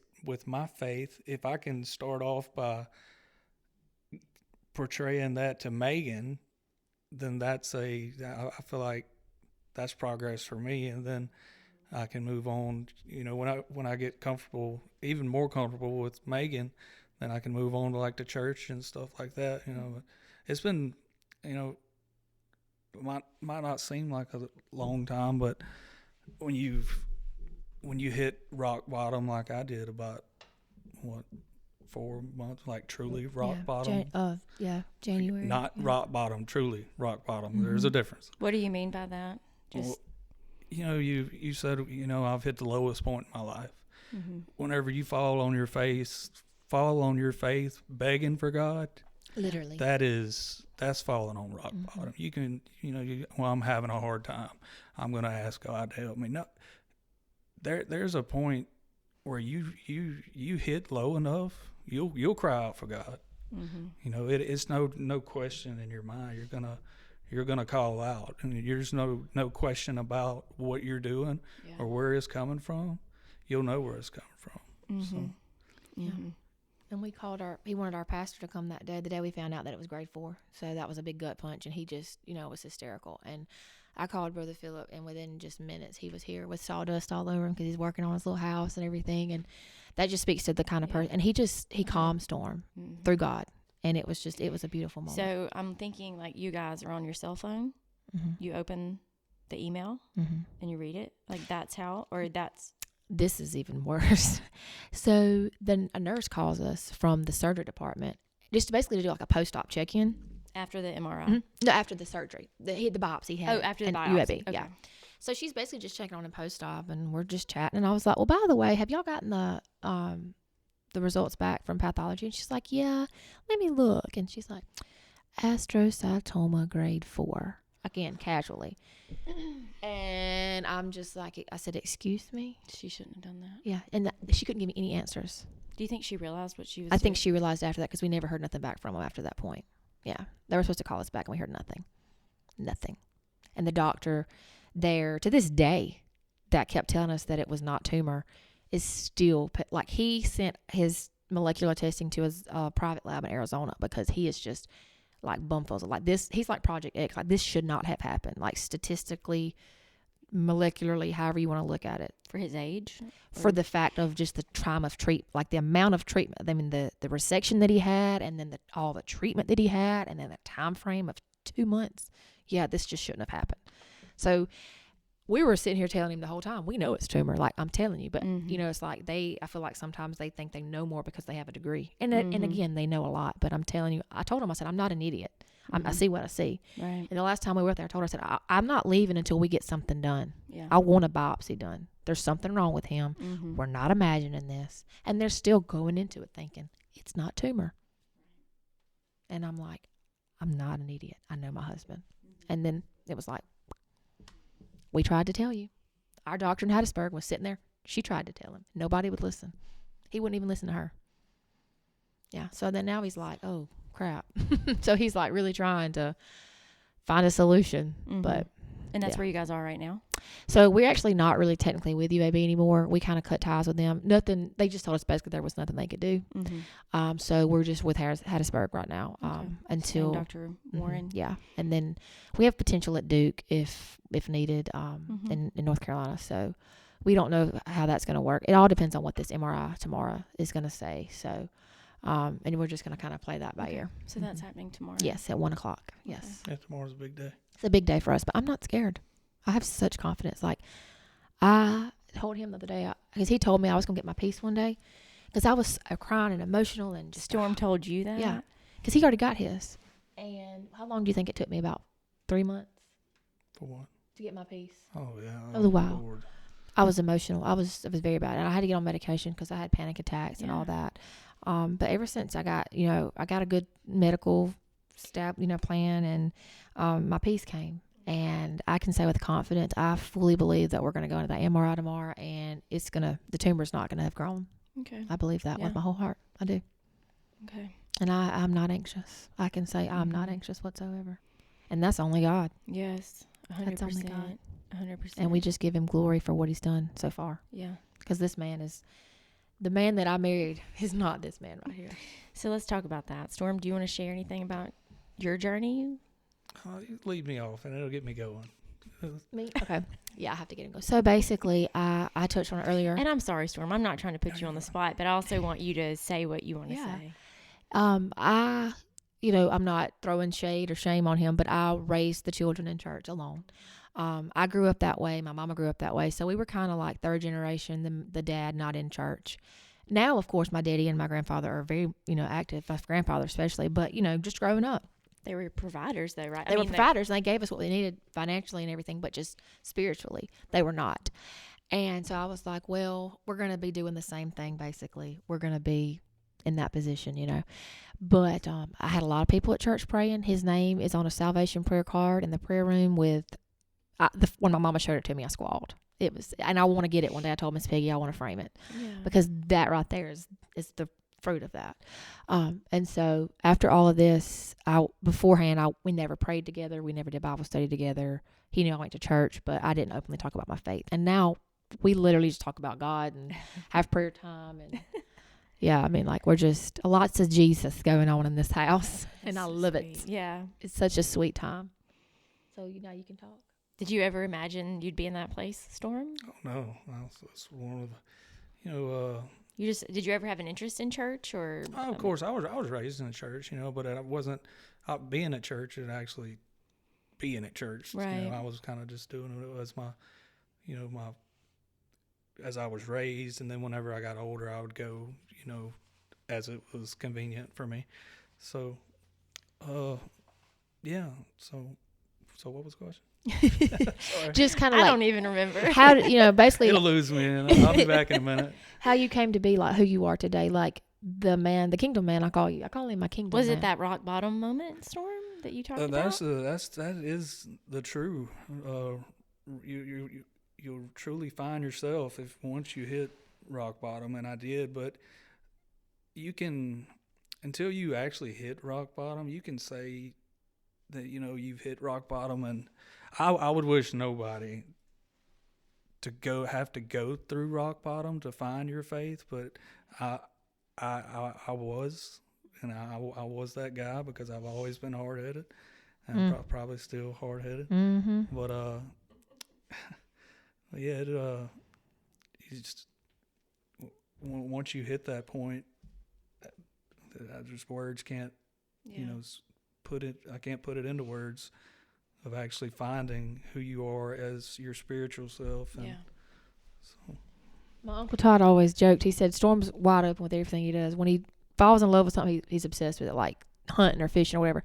He said when he ever gets that connection with, he said he's going to be on fire. And that's him. Like, he's like, let's do a Bible study. Let's pray. Let's do a preaching. Like 24/7. He's the one that's like, hey, let's do. I'm just like, boy, we watched 2 sermons Sunday before we watched Brother Philip on TV. I love that. How old are y'all again? Yeah, I mean, we're like, I know, we drink our coffee and watch our, Can I come over? Yeah, I know, we're a fun time. We're a fun time. If there's coffee and preaching involved, Yeah. I think that There you go. sounds You're our pretty good girls. to me. Good morning. Maybe a with little Bigfoot. I like to talk about Bigfoot too. Oh, so yeah, we can maybe. do that too. It's a little murder podcast. Well, I love that, Storm. I mean, and I think that just goes to show you, like, I mean, our faith is something that's individual and personal, you know, and Meagan, you have your own faith and salvation story, and Right. then, you know, you knew that God was going to write that story for Storm. I mean, you believed that. I did. right? I never gave up. I didn't. I knew that he had the potential. And I can remember telling my mama, I know that he's got that inside of him. I just know it. I know it. And this may be too personal, and you don't have to answer this, but did you know, the idea of church and not being in church, or did it ever cause tension between you two growing in your marriage? Yes. Okay. It wasn't something that I resented, and it wasn't something that I said, no, you shouldn't do this. Right. It was just my priorities were, I want to sleep in while you go to church. It wasn't like anything like drastic, like I'm going to resent you for going to church. It was just strictly priorities. Yeah. And just me being frustrated with I would be getting ready and going, and I would just tell him, why should I wake up and fix breakfast for you and you're not? I'm trying to get kids ready for church. You know, that sort of thing. Get just aggravated. But So y'all would openly talk about it. I never really said it out loud, but I was resentful of him. Yeah. I was very resentful to him. Yeah. Marriage is tough, Yeah, you know, and yeah. I know people have to work through things, and Yeah. Everybody has conversations like that. Right. So, Yeah. But I mean, it never made me stop loving him, or, you know, maybe to the point where I didn't want to be with him, but it would just be hard. Yeah. Sunday mornings used to be a very hard day. Mm-hmm. They were hard. Yeah. Yeah. And Storm, you never discouraged Meagan from going or absolutely taking. not. I mean, and you probably. I mean, did you feel like you knew it was important? Like you were thankful I was for raised Meagan? in church growing up, so He was glad that I took the boys, I believe, with my heart. I know. Yeah, Yeah, he yeah. was. He was. Yeah. Okay, I've kind of lost my thought now. sorry. My world. So, Storm, recently, what are some things that you've noticed changing for you, like in your just day-to-day life? My whole life has changed in my day-to-day life. Or is every day different? Every day is different. I could wake up like yesterday. Yesterday, take yesterday for example. I slept from day to dark. I mean, I think Were you up the night before, or you just? yesterday I think I was up some, but yesterday, stopped yesterday. I woke up, ate a granola, and I was asleep till what? Yeah, when we had to go run an 2:30. errand in town, and then he came home and pretty much slept the whole entire evening. And then the kids got home, he saw them for a minute, and then he actually went back to sleep until it was time to go to baseball last night. Yeah, it was he pretty much knows. When my when he wakes brain up. tells me it's time to go to sleep, it could last 8 hours, could last 4 hours. So you just get really drowsy, Just and you just need to go lay down. gone. Mm-hmm. Yeah, and he just has to crash. It just has to. When my body tells me it's time to sleep, it don't matter what time it is or how long it lasts. Where You he's gotta at. sleep. So it's hard to really get out and go places, huh? I mean, because you need to be able to rest. Yeah. And you need to. We don't stray far from home at all. Yeah, but you're still getting to go to ball games and things like that. I have a chair. Yeah, he set just up, started so- back going. We just had been having practice, but he got to see a scrimmage last night, so that was awesome. And he made it the whole entire scrimmage, so that was a big deal. Storm, do you ever have you ever, like, do people approach you, or have they in this whole journey, and like Meagan was saying, people can be kind of inconsiderate with what they say. Do you feel like folks have ever kind of said things to you that? I don't think so. Honestly, I'm a hermit that avoids most people. You and my husband need to hang out, So, but they never will. No, because they don't hang out with people. but I mean, it's awkward. Like, I have like nights like the end of the night. If I got all these voices going in my head, and that would just be from all these kids and stuff around me. And I struggled. I literally keep my head down, walk forward, and people will be talking to me. And I just keep walking because I can't comprehend all this. So I have to just keep moving and try to find my way out. And it's tough. It's aggravating. He gets really easily overstimulated. And it's nothing anybody's doing wrong. It's just all the noises, like at a ball field, I mean, you think about all the noises in a ball field, and it's just loud, and there's bright lights, and so it's almost like a child. Well, just think of it like this. I mean, this is just three of us sitting here. I'm able to talk and communicate with y'all. if you added one more, I wouldn't know even how to talk right now. So, like, the fact that he's doing this with you, you should feel very special, because he's not one to. And before all this, he was very shy. He's I'm the extra. He's not doing it for me, Megan. He's doing it for you. Storm's not worried about me. Yeah, he's not outgoing like I am. So I'm the socialite. So you said Brother Philip came. What kind of influence has Brother Philip had on you guys? Oh my goodness! Wow, we do a Bible study with him every week. He works it around our schedule. If he's sick, we reschedule. But yeah, he's been a part of my life since I started at Liberty when I was 15. So he presented me with my graduation Bible. He preached our wedding. He baptized Brantley. He did the baby dedication for Brantley, and then he actually was not our pastor when Bo was of age to be.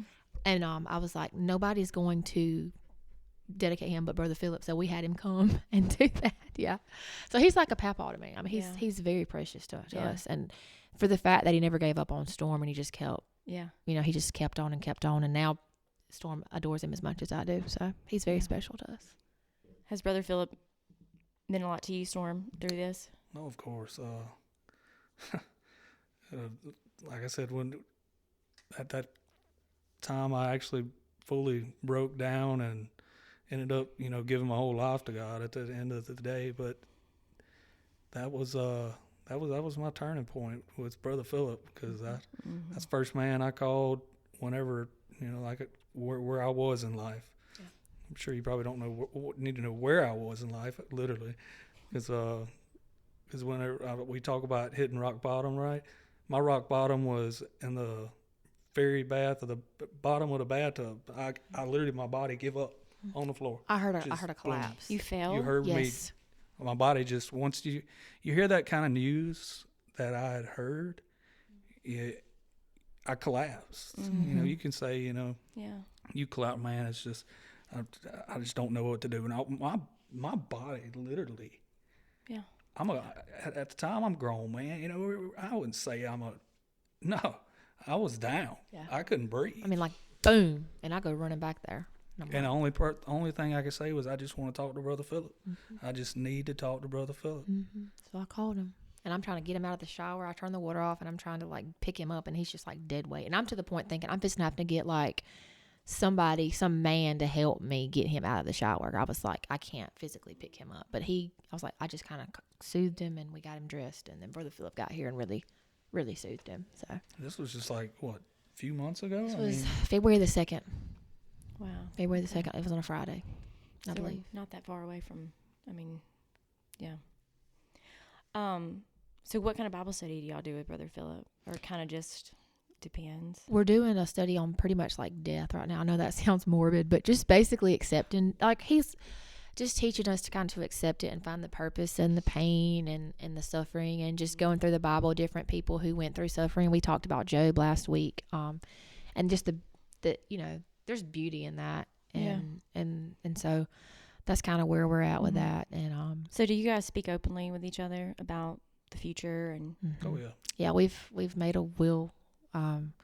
He told me where he wants me to bury him. We've had to have those hard conversations that, I didn't think we would have till we were much older. But yeah, it wasn't easy at first, but we've got to get those things in place for our kids. Yeah, ever since I've accepted it, I haven't had any. You can ask Megan.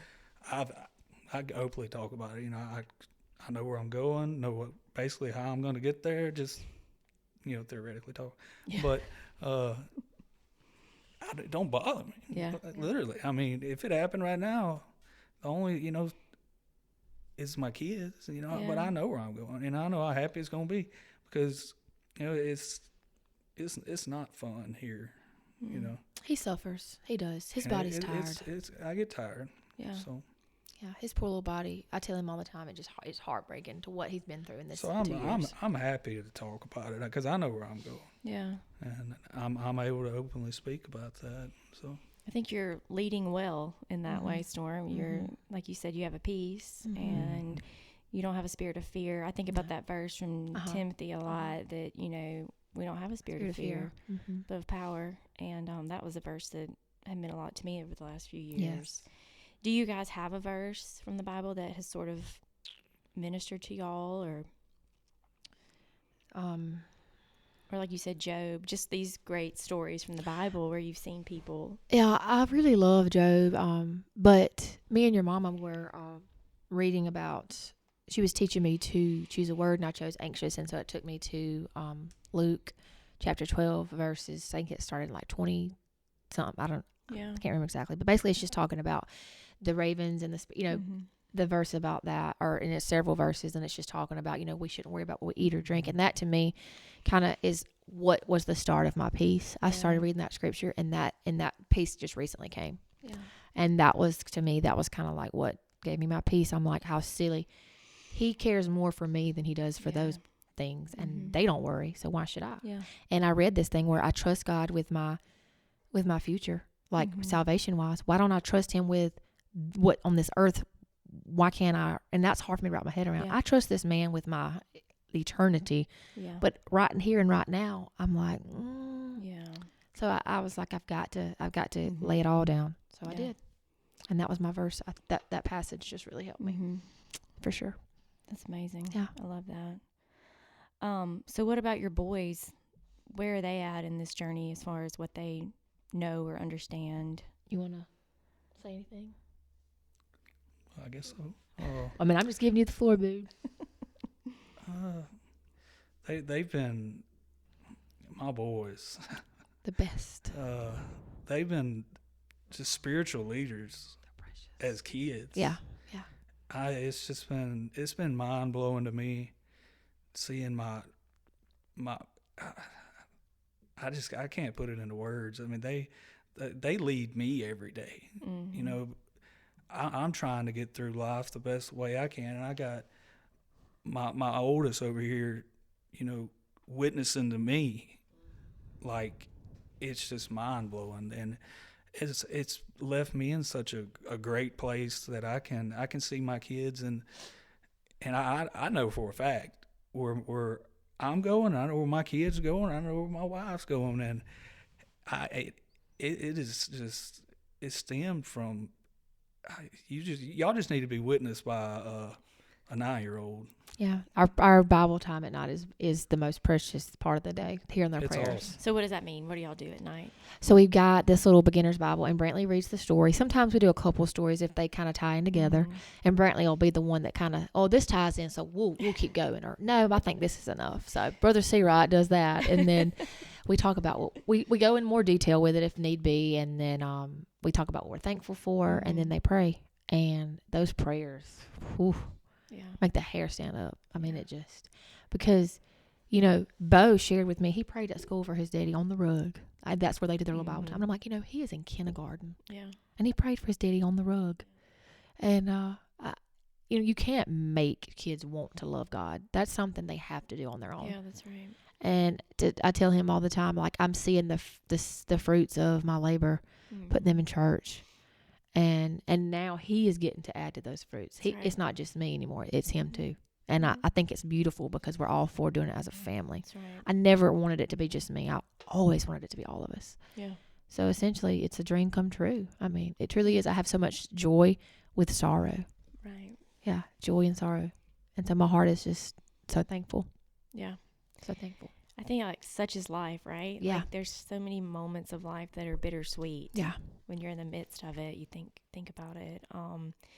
But I think you guys are making deposits into the hearts of your boys. You have been for a long time, and that's going to pay off. Yeah. Right. Like Brantley has a story that he's going to be able to tell one day, right? About watching the two of you walk this road. I pray, and that's the thing is I want to touch lives, but I want to change my children's lives for the better. I want them to be kingdom men and to be the one in the home that has their family, we're going to church and, be there and do what they're supposed to do because they're going to be raised to know better. Now, whether they do that, I have no control over, but they will know better because their daddy and their mama told them this is.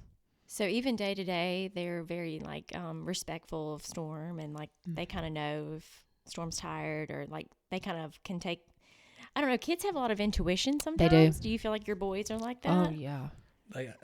They can just look at me and know if I'm having a bad day, and then they'll give me my space. They know.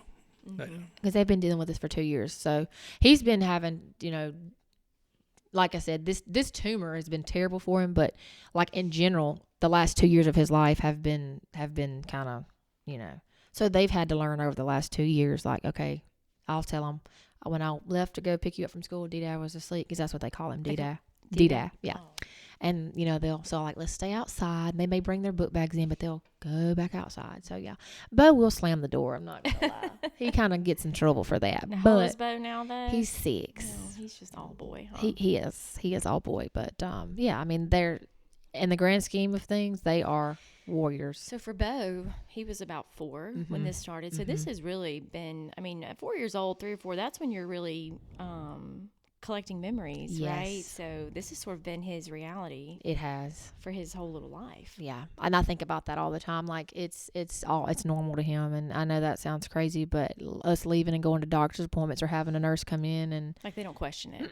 It's normal. It's normal for D-Dad to go do an MRI. It's normal. If I asked a child that doesn't have to deal with this, they would be like, "Why is my mommy or my daddy have?" They would be terrified, but no, it's just okay, no big deal. So you've spoken, you said a few different times, Meagan, to different groups. Is that something that you would like to continue to do? Absolutely. Yes. I've always been in the public, I guess, with singing. I mentioned I started singing when I was 4. So I've always sang, and speaking has never been my strong suit. But here recently, I just said, Lord, I want you to open me up an opportunity to share our story. Yeah. So that's going to be obviously through speaking, and I can't sing a song about it unless I write one, I guess. But I was just thinking that. Have you ever written music? Is that something I you did do? when I was little. Okay. Yeah. They're silly, crazy songs that would never. Do you sing, Storm? Are you musical? You just cut those out. It's like, no. But I have, and my boys love music. They're just like me. They love it. We typically on the way home from school, we have the sunroof back, the windows down, and we're jamming every day. Storm, do you have a favorite song that Meagan sings? I'm catching him off. I'm throwing him some curveballs. Is that Julie Andrews' song? Wake Up Older? That or Dead Flowers. Dead Flowers? What is Dead That's Flowers? Miranda Lambert. Used to listen to that all the time. Oh, no, Bring Me Down. He used to play the guitar he would play just picking and grinning. Okay, did y'all ever do music together? Yeah, we would just like at home, and he would play some Adele for me. But Mom was big on Miranda Lambert, so I would sing "Bring Me Down" and then "Wake Up Older" that's his favorite one. I was not expecting Miranda Lambert. I won the catfish competition in Millry off of "Wake Up Older." I'm the catfish idol. Dang, girl! I mean, you sang what song? "Wake Up Older" by Julie Andrews. I don't know that song. Yeah. And I did try out for American Idol. We went to South Carolina for that. Did Storm take you? He did not. I was not married then. Oh. Never mind. We'll go with Yeah. What did you sing? I did "It Matters to Me" by Faith Hill. Ugh. And I was supposed to do "Walking After Midnight" by Patsy Cline, and I changed it at the last minute. I know. But when we went to Disney, the first time he went, they had an American Idol experience there, and I made it to Hollywood in there, and I made it on the stage there off of "Walking After Midnight." After the fact that That is so cool. Yeah, out of like 200 contestants, I placed 4th. In Disney? In Disney, yeah. Was it like a legitimate competition? It was, yeah. I mean, like you genuinely, like the audience voted. I had to audition for producers, and then I went to like hair and makeup and like the stage. They had the camera like goes around you. When was this? It was back when we went in 2013. And Storm was there? Yeah, he was there. He said he was a nervous wreck. That is so crazy. Yeah, my whole family was like stressing because I had Can like. you sing that song for us? Oh, You have to sing. I don't know. I'm not good when I put on the spot. I love Patsy Cline though. Yeah. How iconic. Yeah. I love that song. So yeah, that was. But yeah, I've always loved to sing. So I always thought I was going to be a star, But yeah. You are. I said, you know what, Lord, I just want to just sing for you at Liberty. That's my stage. Okay. That's my stage. But What's the song you sang most recently? My last one was "The Goodness of God." I love that one. But I'm actually singing for Easter. It's going to be my first Sunday back since everything. And I'm going to be singing "This Blood." And I'm going to be singing "Thank You, Jesus, for the Blood" by Charity Gill. Oh, my gosh. Oh, that is my jam. Mm-hmm. I love it. Charity Gill is like... Oh, she's so anointed. You read my mind. Yes. Oh, I love absolutely. it. I get so excited. And I can't explain it. Like music is just therapy. Her videos are just altogether something different than anything I've ever seen. And her music, you know, but just the spirit. Yes. And that's a lot of pressure. I'd almost say pressure, but for me, like I sing songs I believe in and I want to give that artist the something to be proud of. Like I sing a lot of Lauren Daigle, and I sing because our voices are so similar. I've sang Dry Bones for Your Mama before. She requested that. But I have Matt at our church. He's in the band, and he can play anything on piano or guitar.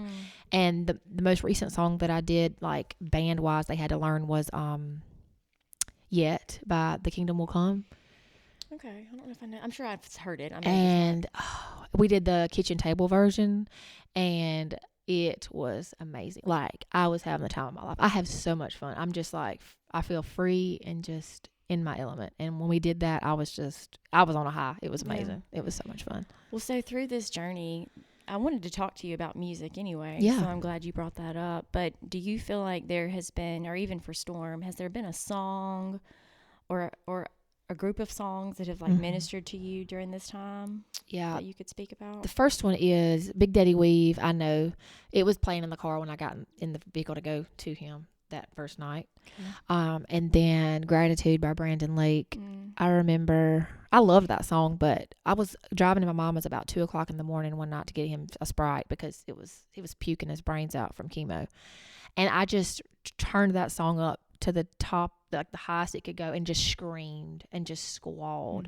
I was in such just a pit of darkness. I had to get up and go to work the next day, and I was like, I'm just tired, Lord, and he's sick, and I've got kids to get ready for school, and I've got to go to work, and I'm just tired, and I'm just so devastated and so broken, and I just screamed. And I would just go through the car wash every day on my lunch break and blare my music and just scream, because I was the only place I could scream that nobody could hear me. Just scream. And so my worship music allowed me. But those two songs just really, really, really have spoke to me, and that's kind of been. But yet, I promise you, my kids were so sick of hearing that. Yeah. I practiced it 10,000 times, but I love that song. Yeah. I love it because it just, he's not done with us yet, and he's never going to be done with us. Which song is this? Yet. Yeah. You need to Google. I'm sure I've heard the it. The kitchen table version is it on the Kayla? One. Something they No, Kayla? I found it on TikTok actually. Okay. Yeah. And I YouTubed it, or Matt actually is the one that found the kitchen table version. Okay. I was just listening to it on Apple Music, but the kitchen table version has an ending. You know how in Thank You Jesus for the Blood it ends with the hymn? Yes. Okay, so this ends with the hymn. I'm trying to think what it ends with. Because in what hymn do they sing? They sing glory to. Yeah, glory to His name. Yeah. So this one ends in I need Thee every hour. Yeah. And I just end it, and then I would so go, wonderful. I would come back and say, "You're not done with me," and then it kind of like a whisper. Oh, so good. And that was, I love when they do that. Yeah. And one time we did at the band, I was like, okay guys, Carrie Underwood's got a gospel album, and we did what was it? It was well, I've done went blank, but anyway, it was an old hymn, but we did like a fun twist with it. And I remember Uncle Todd was like, the whole church had fun, like the older and the younger, because it's an old familiar hymn. Didn't she do like maybe Great Is Thy Faithfulness? Yeah, she has a whole How Great Thou Art. It wasn't that one. Okay. She did both of those, but this is an upbeat one. Okay. What is it? I cannot remember for the life of me, but yeah, it was something that the younger generation, because of but then it was the older. Yeah. It was so much fun. I had the best time. I loved it. I love texting them like, hey, this is what I want to do, and they make it happen. Do y'all listen to music together when you're home? Our music taste is very different. What kind of music do you like, Storme? I've always been just a classic rock guy. I mean, just all I've really ever listened to. Do you have a favorite band? You're not a country music person? Absolutely not. I'm not me either. Anymore. I like classic country. Yeah. Like I can like anything classical, like country, but we're not country fans. I don't know. Like Metallica or like stuff like that. Is that what you? I can listen to Metallica, but I don't know. I don't just sit around and listen to music. Whenever I would listen to all my podcasts and stuff, because I'd make these 8-hour trips, 10-hour trips to Houston and stuff, and I would just listen to some podcasts or something like that. I've never been one to just sit around and listen to music. So y'all podcast people? Yes. What kind of podcasts do y'all like? Sword in the Scale. Well, that always has been my favorite, Sword and Scale. What is that one? It's just another. Yeah, there you go. He says he worries about me because all I try to do on Netflix is basically anything I can find like murder, like Hulu murder, podcast murder. Like, what is She's wrong with our kinda generation? creepy. We She's- all she's creepy. I'm obsessed, but I love it. I mean, I do listen to, you know, I have some that I listen to that's like my little Christian podcast.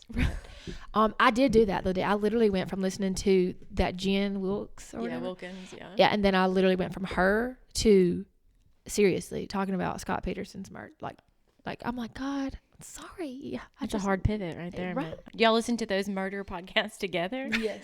Well, Not Tom. she never even At night. looked at a podcast, and then she found out I liked podcasts. Yeah, and he she got took me into 'em. Was it the murder podcast you listened to? Oh, Storm? yeah, 'cause Always. On my way to Disney. Because I would be like, With your children? They had their headsets on. He introduced me, and I was just like, oh, Because it's like they go through and they talk about a crime. Yeah. And then, okay, there's one I've been listening to. It's called, I need to send it to you, it's called Park Predators. And it's this podcast all about murders that happened in either state parks or national parks. There you you go, got to send me Megan. that. Didn't You you got to just send me that. listen Did I to just that? pique your interest? I want to do it. It was crazy. I'm going to have to. I fell asleep listening. I still don't know what ended up happening to this man's wife that murdered him because I fell asleep. But Man. I think she's going to See, jail for a long time. I've always, I've been my audiobooks. Yeah, he's a big so audiobook. I've done, What do you listen to? right now I'm reading to, I can't remember. I'm like book 9 into it right now, and I can't even call it out. Like fiction? It's all fiction. And that dude's voice made me cringe because he made me listen to it on the way back from Disney. Is it like a series or something? It is, and they're all literature. Yeah, I can't remember. I can't remember exactly. The books what's are all called. right in there. He's got like the hard copy. Mhm. So that's one thing I really miss is I can't read the book anymore, and I was a reader. Like I can't read it anymore. And so aggravating. So if it's not like if it's not read out to me, it's I miss it. Can you talk about kind of when you realized you couldn't decipher words? I still can't tell you if I do or not. Like right now, I mean, Was there like a moment though when you were trying to read something and it just left you, or? it could be 2 minutes from now that I'll be talking, and it's I literally like I can't tell you what that I don't know. I'm literally to that point where I can't even talk about it because I don't know how to say. I don't know, Megan. He kind of started going, like, I would say downhill, like end of November, like when we mentioned earlier, we kind of noticed. But I feel like the big aha moment when we really realized, Houston, we have a problem, is when he came out of that biopsy. They were asking him just like questions that, and I read it's like textbook questions, you know, it's nothing they were trying to do to belittle him or anything. I was mad. But he was mad I was as so a mad. wet set Was it him. like the date or like to spell words Yeah, and stuff like it that? was like spell world backwards and what's your name and what's your birthday and where did it, I mean, just on and on I and can't on. tell you the date. If you ask me the date right now, He has no right now. concept of time. Storm, I don't know what today is either. He asked me what day of the week it was, and I had to like look at my computer. Yeah. Today is Wednesday, Wednesday. March the 20th. See, I didn't realize it was the 20th, so hey. But yeah, he doesn't have a concept of time anymore. Reading it, I text, like his phone, he doesn't really use it. useless. It's useless to him. He can't hold a conversation. Like, So if you try to open a book or a Bible and look at words, it's just you can't. It just doesn't make sense to you at this point. No. What about writing? Has that been a challenge? She has for like reading the Bible like every day or every evening.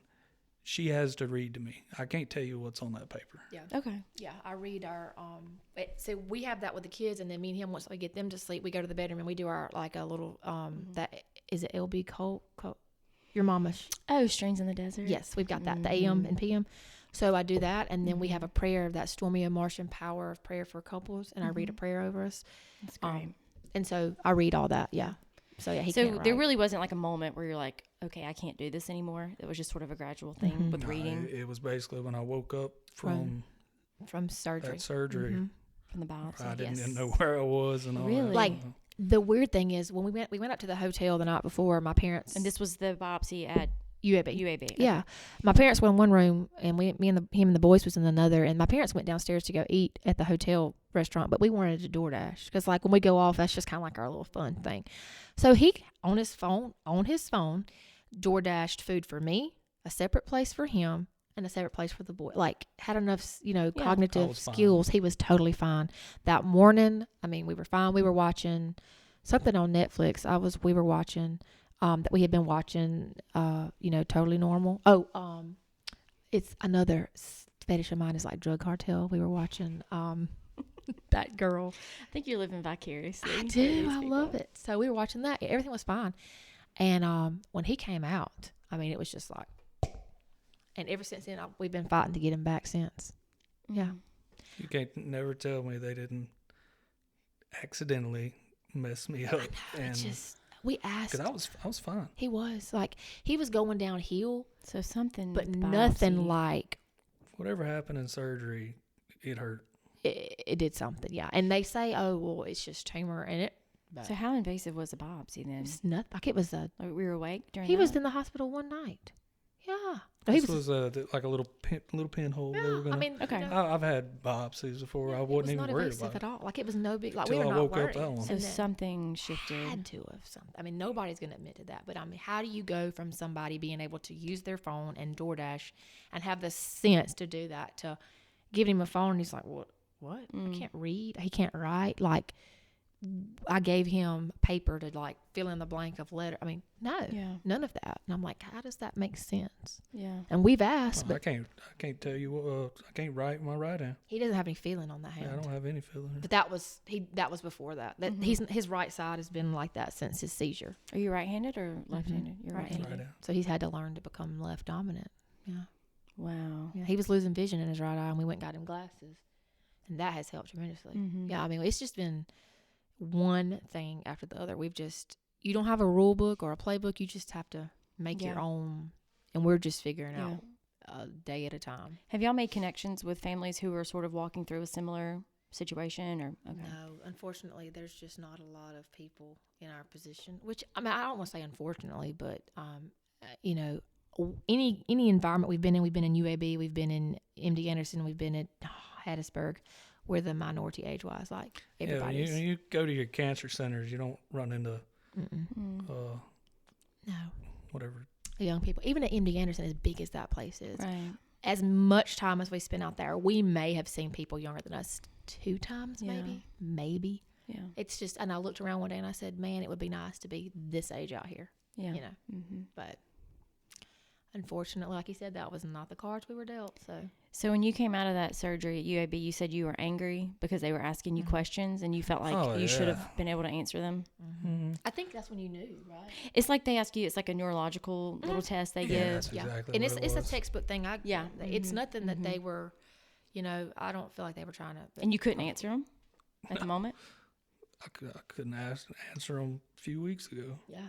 We try to do some Today I questions, might but- not be able to answer. It depends You've on what day it is. answered You know? pretty much every question I've asked. That's what I'm saying. I think he's done wonderful.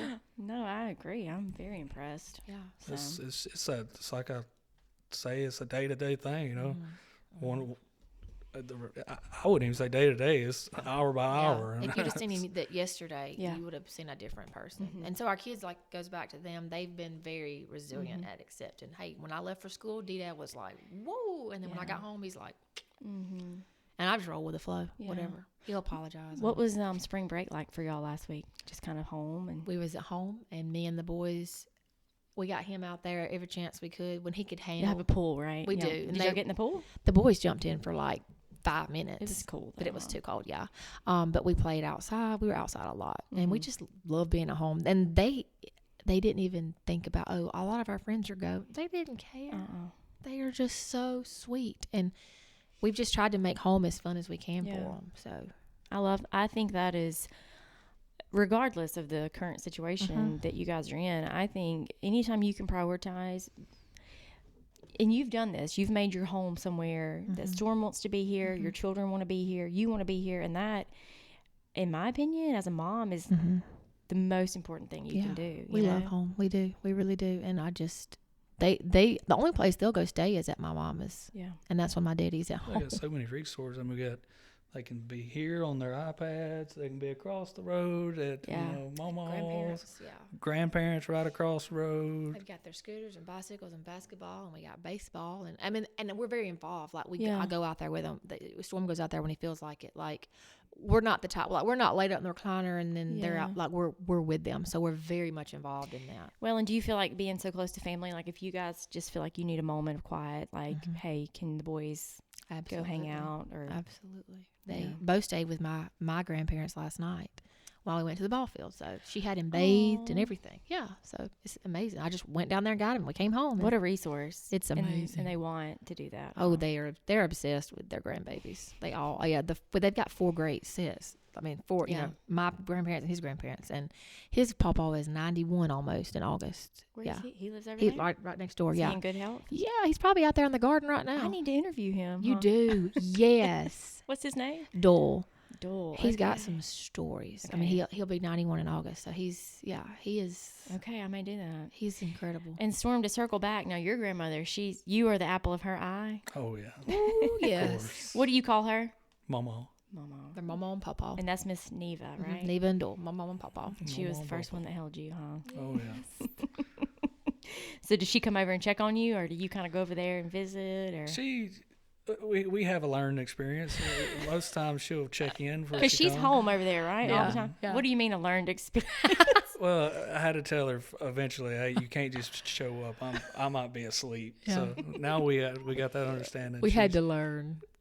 Well, that's been with everybody, right? Yeah, You I mean, know, like so- our family in general. Yeah, I mean, just because after he came out of all this and he was just so tired, we just had to tell people, hey, like, call before you come, or either just like peek through the doors, and if he's asleep, like, don't knock. And There's- that's for anybody. And yeah. there's nothing wrong with that. Yeah. And people understand. Yeah, and everybody's been very fine with it. So yeah, but yeah, we're back and forth. Bo is at least like when he gets home, he's gonna ride his scooter to his mama's for ice cream, or he's gonna ask, can he go through the trail he's made to my grandmother's? He's got a little girl that Like, he's sweet on. What a blessing. Yeah, for it's those- incredible. Yeah, I love that. I love it. And It's- y'all would have never known that.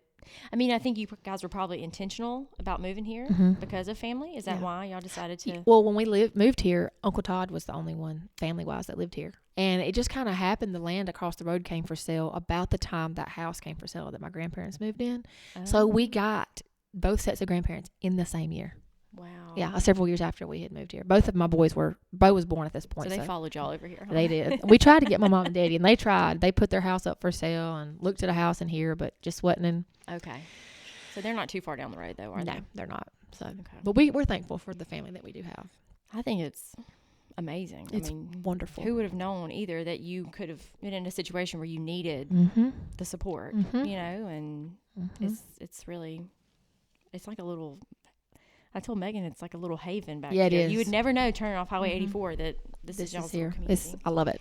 I love it so much. Storm, is there anything that you thought about that you wanted to say, or? No, I don't guess. I usually like to ask folks, what are you most proud of in your life? Mm-hmm. You want to go first or me? You go first. What you most proud of, Storm? At this point in time in my life, it would have to be my family and my faith, Mm-hmm. Amen. and and everything that I've been through to get to where I am. Because there's a whole book we could start on that to where I am in my life. But yeah, to be where I'm at in my life is struggle as it's like you might think it is. I'm proud of everything I've been through, Mm-hmm. because without that seeing me go through everything from every minor detail, everything that happened now has led up to where I am now. It doesn't matter how long I have left on this earth. It don't matter if it's 6 months or it's 20 years. At the end of the day, I'm in a better place than where I was yesterday, and I'm gonna be a better place tomorrow. And it's all started with my family, my faith, and so I feel like I have a good family, good faith, and we're just gonna keep pushing forward with what we got going. So, Storm, what has Megan meant to you through this? oh, that's my rock. I wouldn't be nothing. I mean, I can't say her name without my name without her name. So, Heartstrings. Could you ever imagine, huh? oh, I Right. couldn't.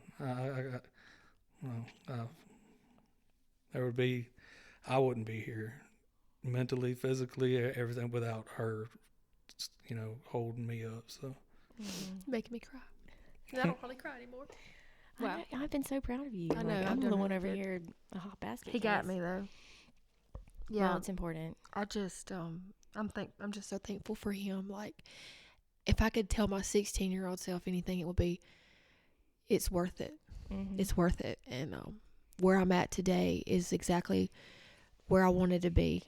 The circumstances that got us here are not what I wanted, but I have a loving husband. He loves the Lord. He loves our babies, and we're just getting to enjoy every single day together. Yeah. And God is just glorified every single day. And I'm living the dream in my opinion. Like truly, he is my rock. Yeah, he is my rock as much as he says I'm his. I mean, we're literally best friends. Like I promise you, we are best friends. There's nothing to hide. We share everything. And y'all always been best friends. Best friends, yeah. We were best friends that fought a lot. Were y'all best friends before you were actually a couple? Okay. No. It kind of all just happened. Yeah, it all happened at the same time. Yeah. We went from just kind of not knowing each other to, well, I was in love with him. Probably like love at first sight. Yeah, I say that. Yeah, he's always been it for me. He's it. Meagan, same for you, Storm, huh? Oh yeah. You had to warm up to Meagan. He did. Bit, That was a lot. I mean, I don't know why he thought that, but a lot. Well, Meagan, what are you most proud of these days, you think? Oh, just right now, him. I mean, just going back to the Storm that not only that I started dating, but the Storm that I married to see this. It is all just, to me, he's just a reflection of God and his love and his patience with us. Yeah. You know how and I love your name. I've never met a person named Storm. I love it too. I wanted to name one of our kids that, but he was like, nah. What's your middle name? Storm. Yeah. It's Michael Storm, right?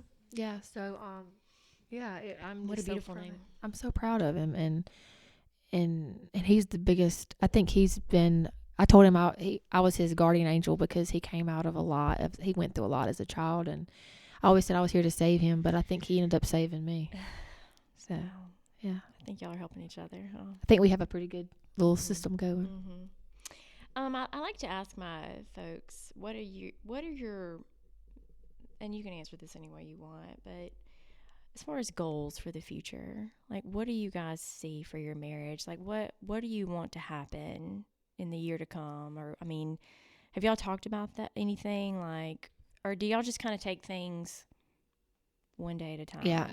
In this case, in our situation, we do have to take things a day at a time. But I think just overall for the year is, I hope God gives us an opportunity as a couple to share our love for each other and our love for him on whatever platform that he sees fit. Because we're both comfortable with that. And that's something that we both, I think, feel that we could do just to express our love for him and not only for him but for each other. I think it's encouraging for people to see a young couple that love each other, but most importantly love the Lord, and give young people out there a little hope that, young love can last. It kind of gets laughed at and made fun of, but we're proof of that. I was 16 years old when he stole my heart, and I'm visiting me 32. So, and we have 2 beautiful children because of that. That's over half your lifetime. Yeah, I know.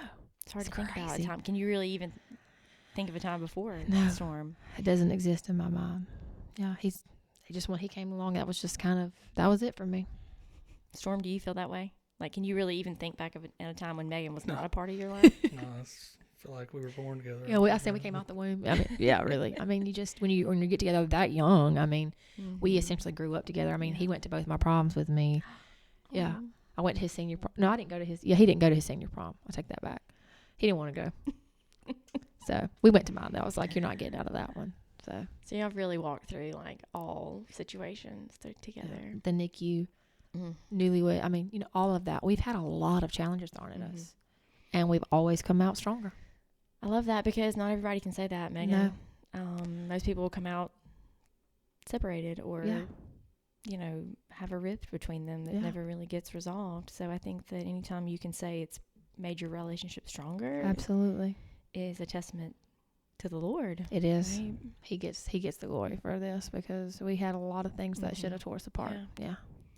That book, Streams in the Desert, I think that is such an influential devotional because I feel like anytime you open it, whatever day you're reading, it's going to have something that speaks directly to where you are in the moment. And also, and Mom may have talked to you about this, but the author, I want to say, was potentially homebound at the time she wrote it. Yeah, I think her husband Or had, the husband had cancer, and she was his caregiver. Yeah. So, and your mom was like telling me how, because I mean, from a caregiver standpoint, you know, obviously he's going through the worst of it, but a caregiver has a hard time in its own way. And so for her to have that outlet to write from where she was at, it just shows, I admire her strength, because you can feel very defeated, and she chose to write and lift people up. So that says a lot about her. Yeah, exactly. Yeah. And for you to read that and know that was kind of the posture that she wrote from. Yeah, that's amazing. I mean, I know you guys are experiencing a lot of solitude, and it can probably feel lonely, but obviously it's been almost empowering for y'all. We kind of like it. Don't we? Just me and you being together. He loves it. Megan said, "Call before you come," right? Well, all you're gonna find is two mouths wide open on them chairs and our dog. Yeah, we're just happy. We're just happy. Much. So when are you? When's y'all's wedding anniversary? It was last Sunday. It was March. No, maybe I don't remember what day it was, but March the 10th. That was when we celebrated 10 years. 12 years. Sorry, okay. I'm crazy. Well, guys, any parting words or any nuggets of wisdom, Storm, for us? Lots of nuggets.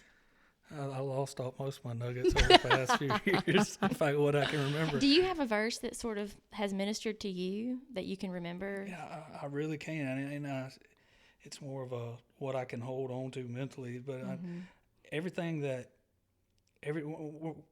my best way to explain it right now is everything that I can hold on to, I try to hold on to, because I can't remember a lot. But I feel like the more that I can hold on to with little things, it was something like Brantley, just that I can hold on to, because something that he says that I can hold on to, because I can't grasp what I used to grasp, but every opportunity I can that I can, learn from something from my 8-year-old, that's an achievement for me, and I feel like I can move forward with that. So.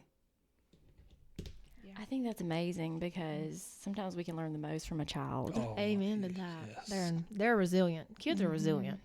Like, they're handling it better than I probably ever have. Yeah. Honestly. And I think you're being ministered to and poured into, and like people are investing time in you, Storme, and I feel like you appreciate that, and you know that. Yeah.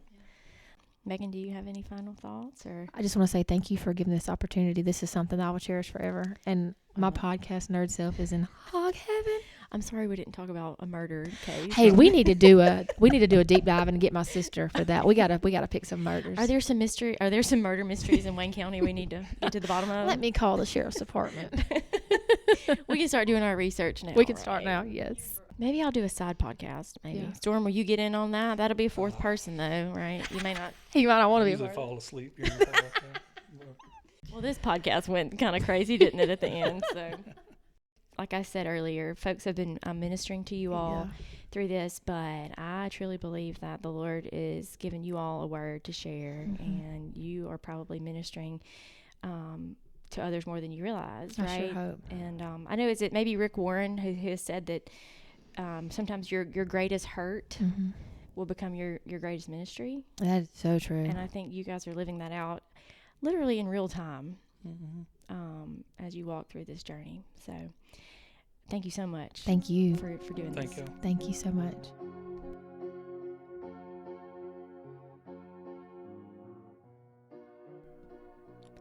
Storme Seawright, age 33, of Waynesboro, Mississippi, passed from this life Friday, June 14th, 2024, at his residence, surrounded by his loving family. Storme was born in Laurel, Mississippi on Tuesday, February 26, 1991. He was a member of Liberty Baptist Church, and he worked as an electrical technician at BP America. Storme will be remembered by his family as a protector, provider, and loving husband to his family. Storme is survived by his loving wife of 12 years, Meagan Napier Seawright. 2 sons, Brantley and Bo Seawright. Grandparents, Doyle and Neva Seawright, father and mother-in-law, Marty and Candy Napier, grandfather and grandmother-in-law, Bud and Mary Stokely, sister-in-law, Brooke Manning, Derek, and very special friend, Sam Stokely, all of Waynesboro, Mississippi.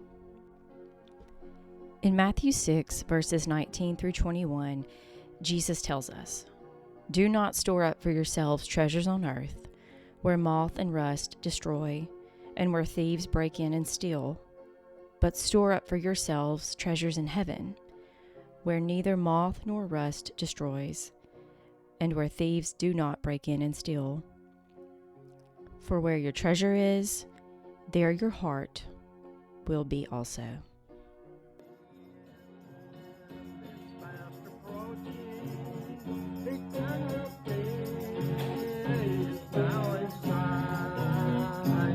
Help us now, blessed Savior, as we go from Meagan. Not let us fail or stumble as we go along God's way. Lead us on, oh Lord Jesus, Lord that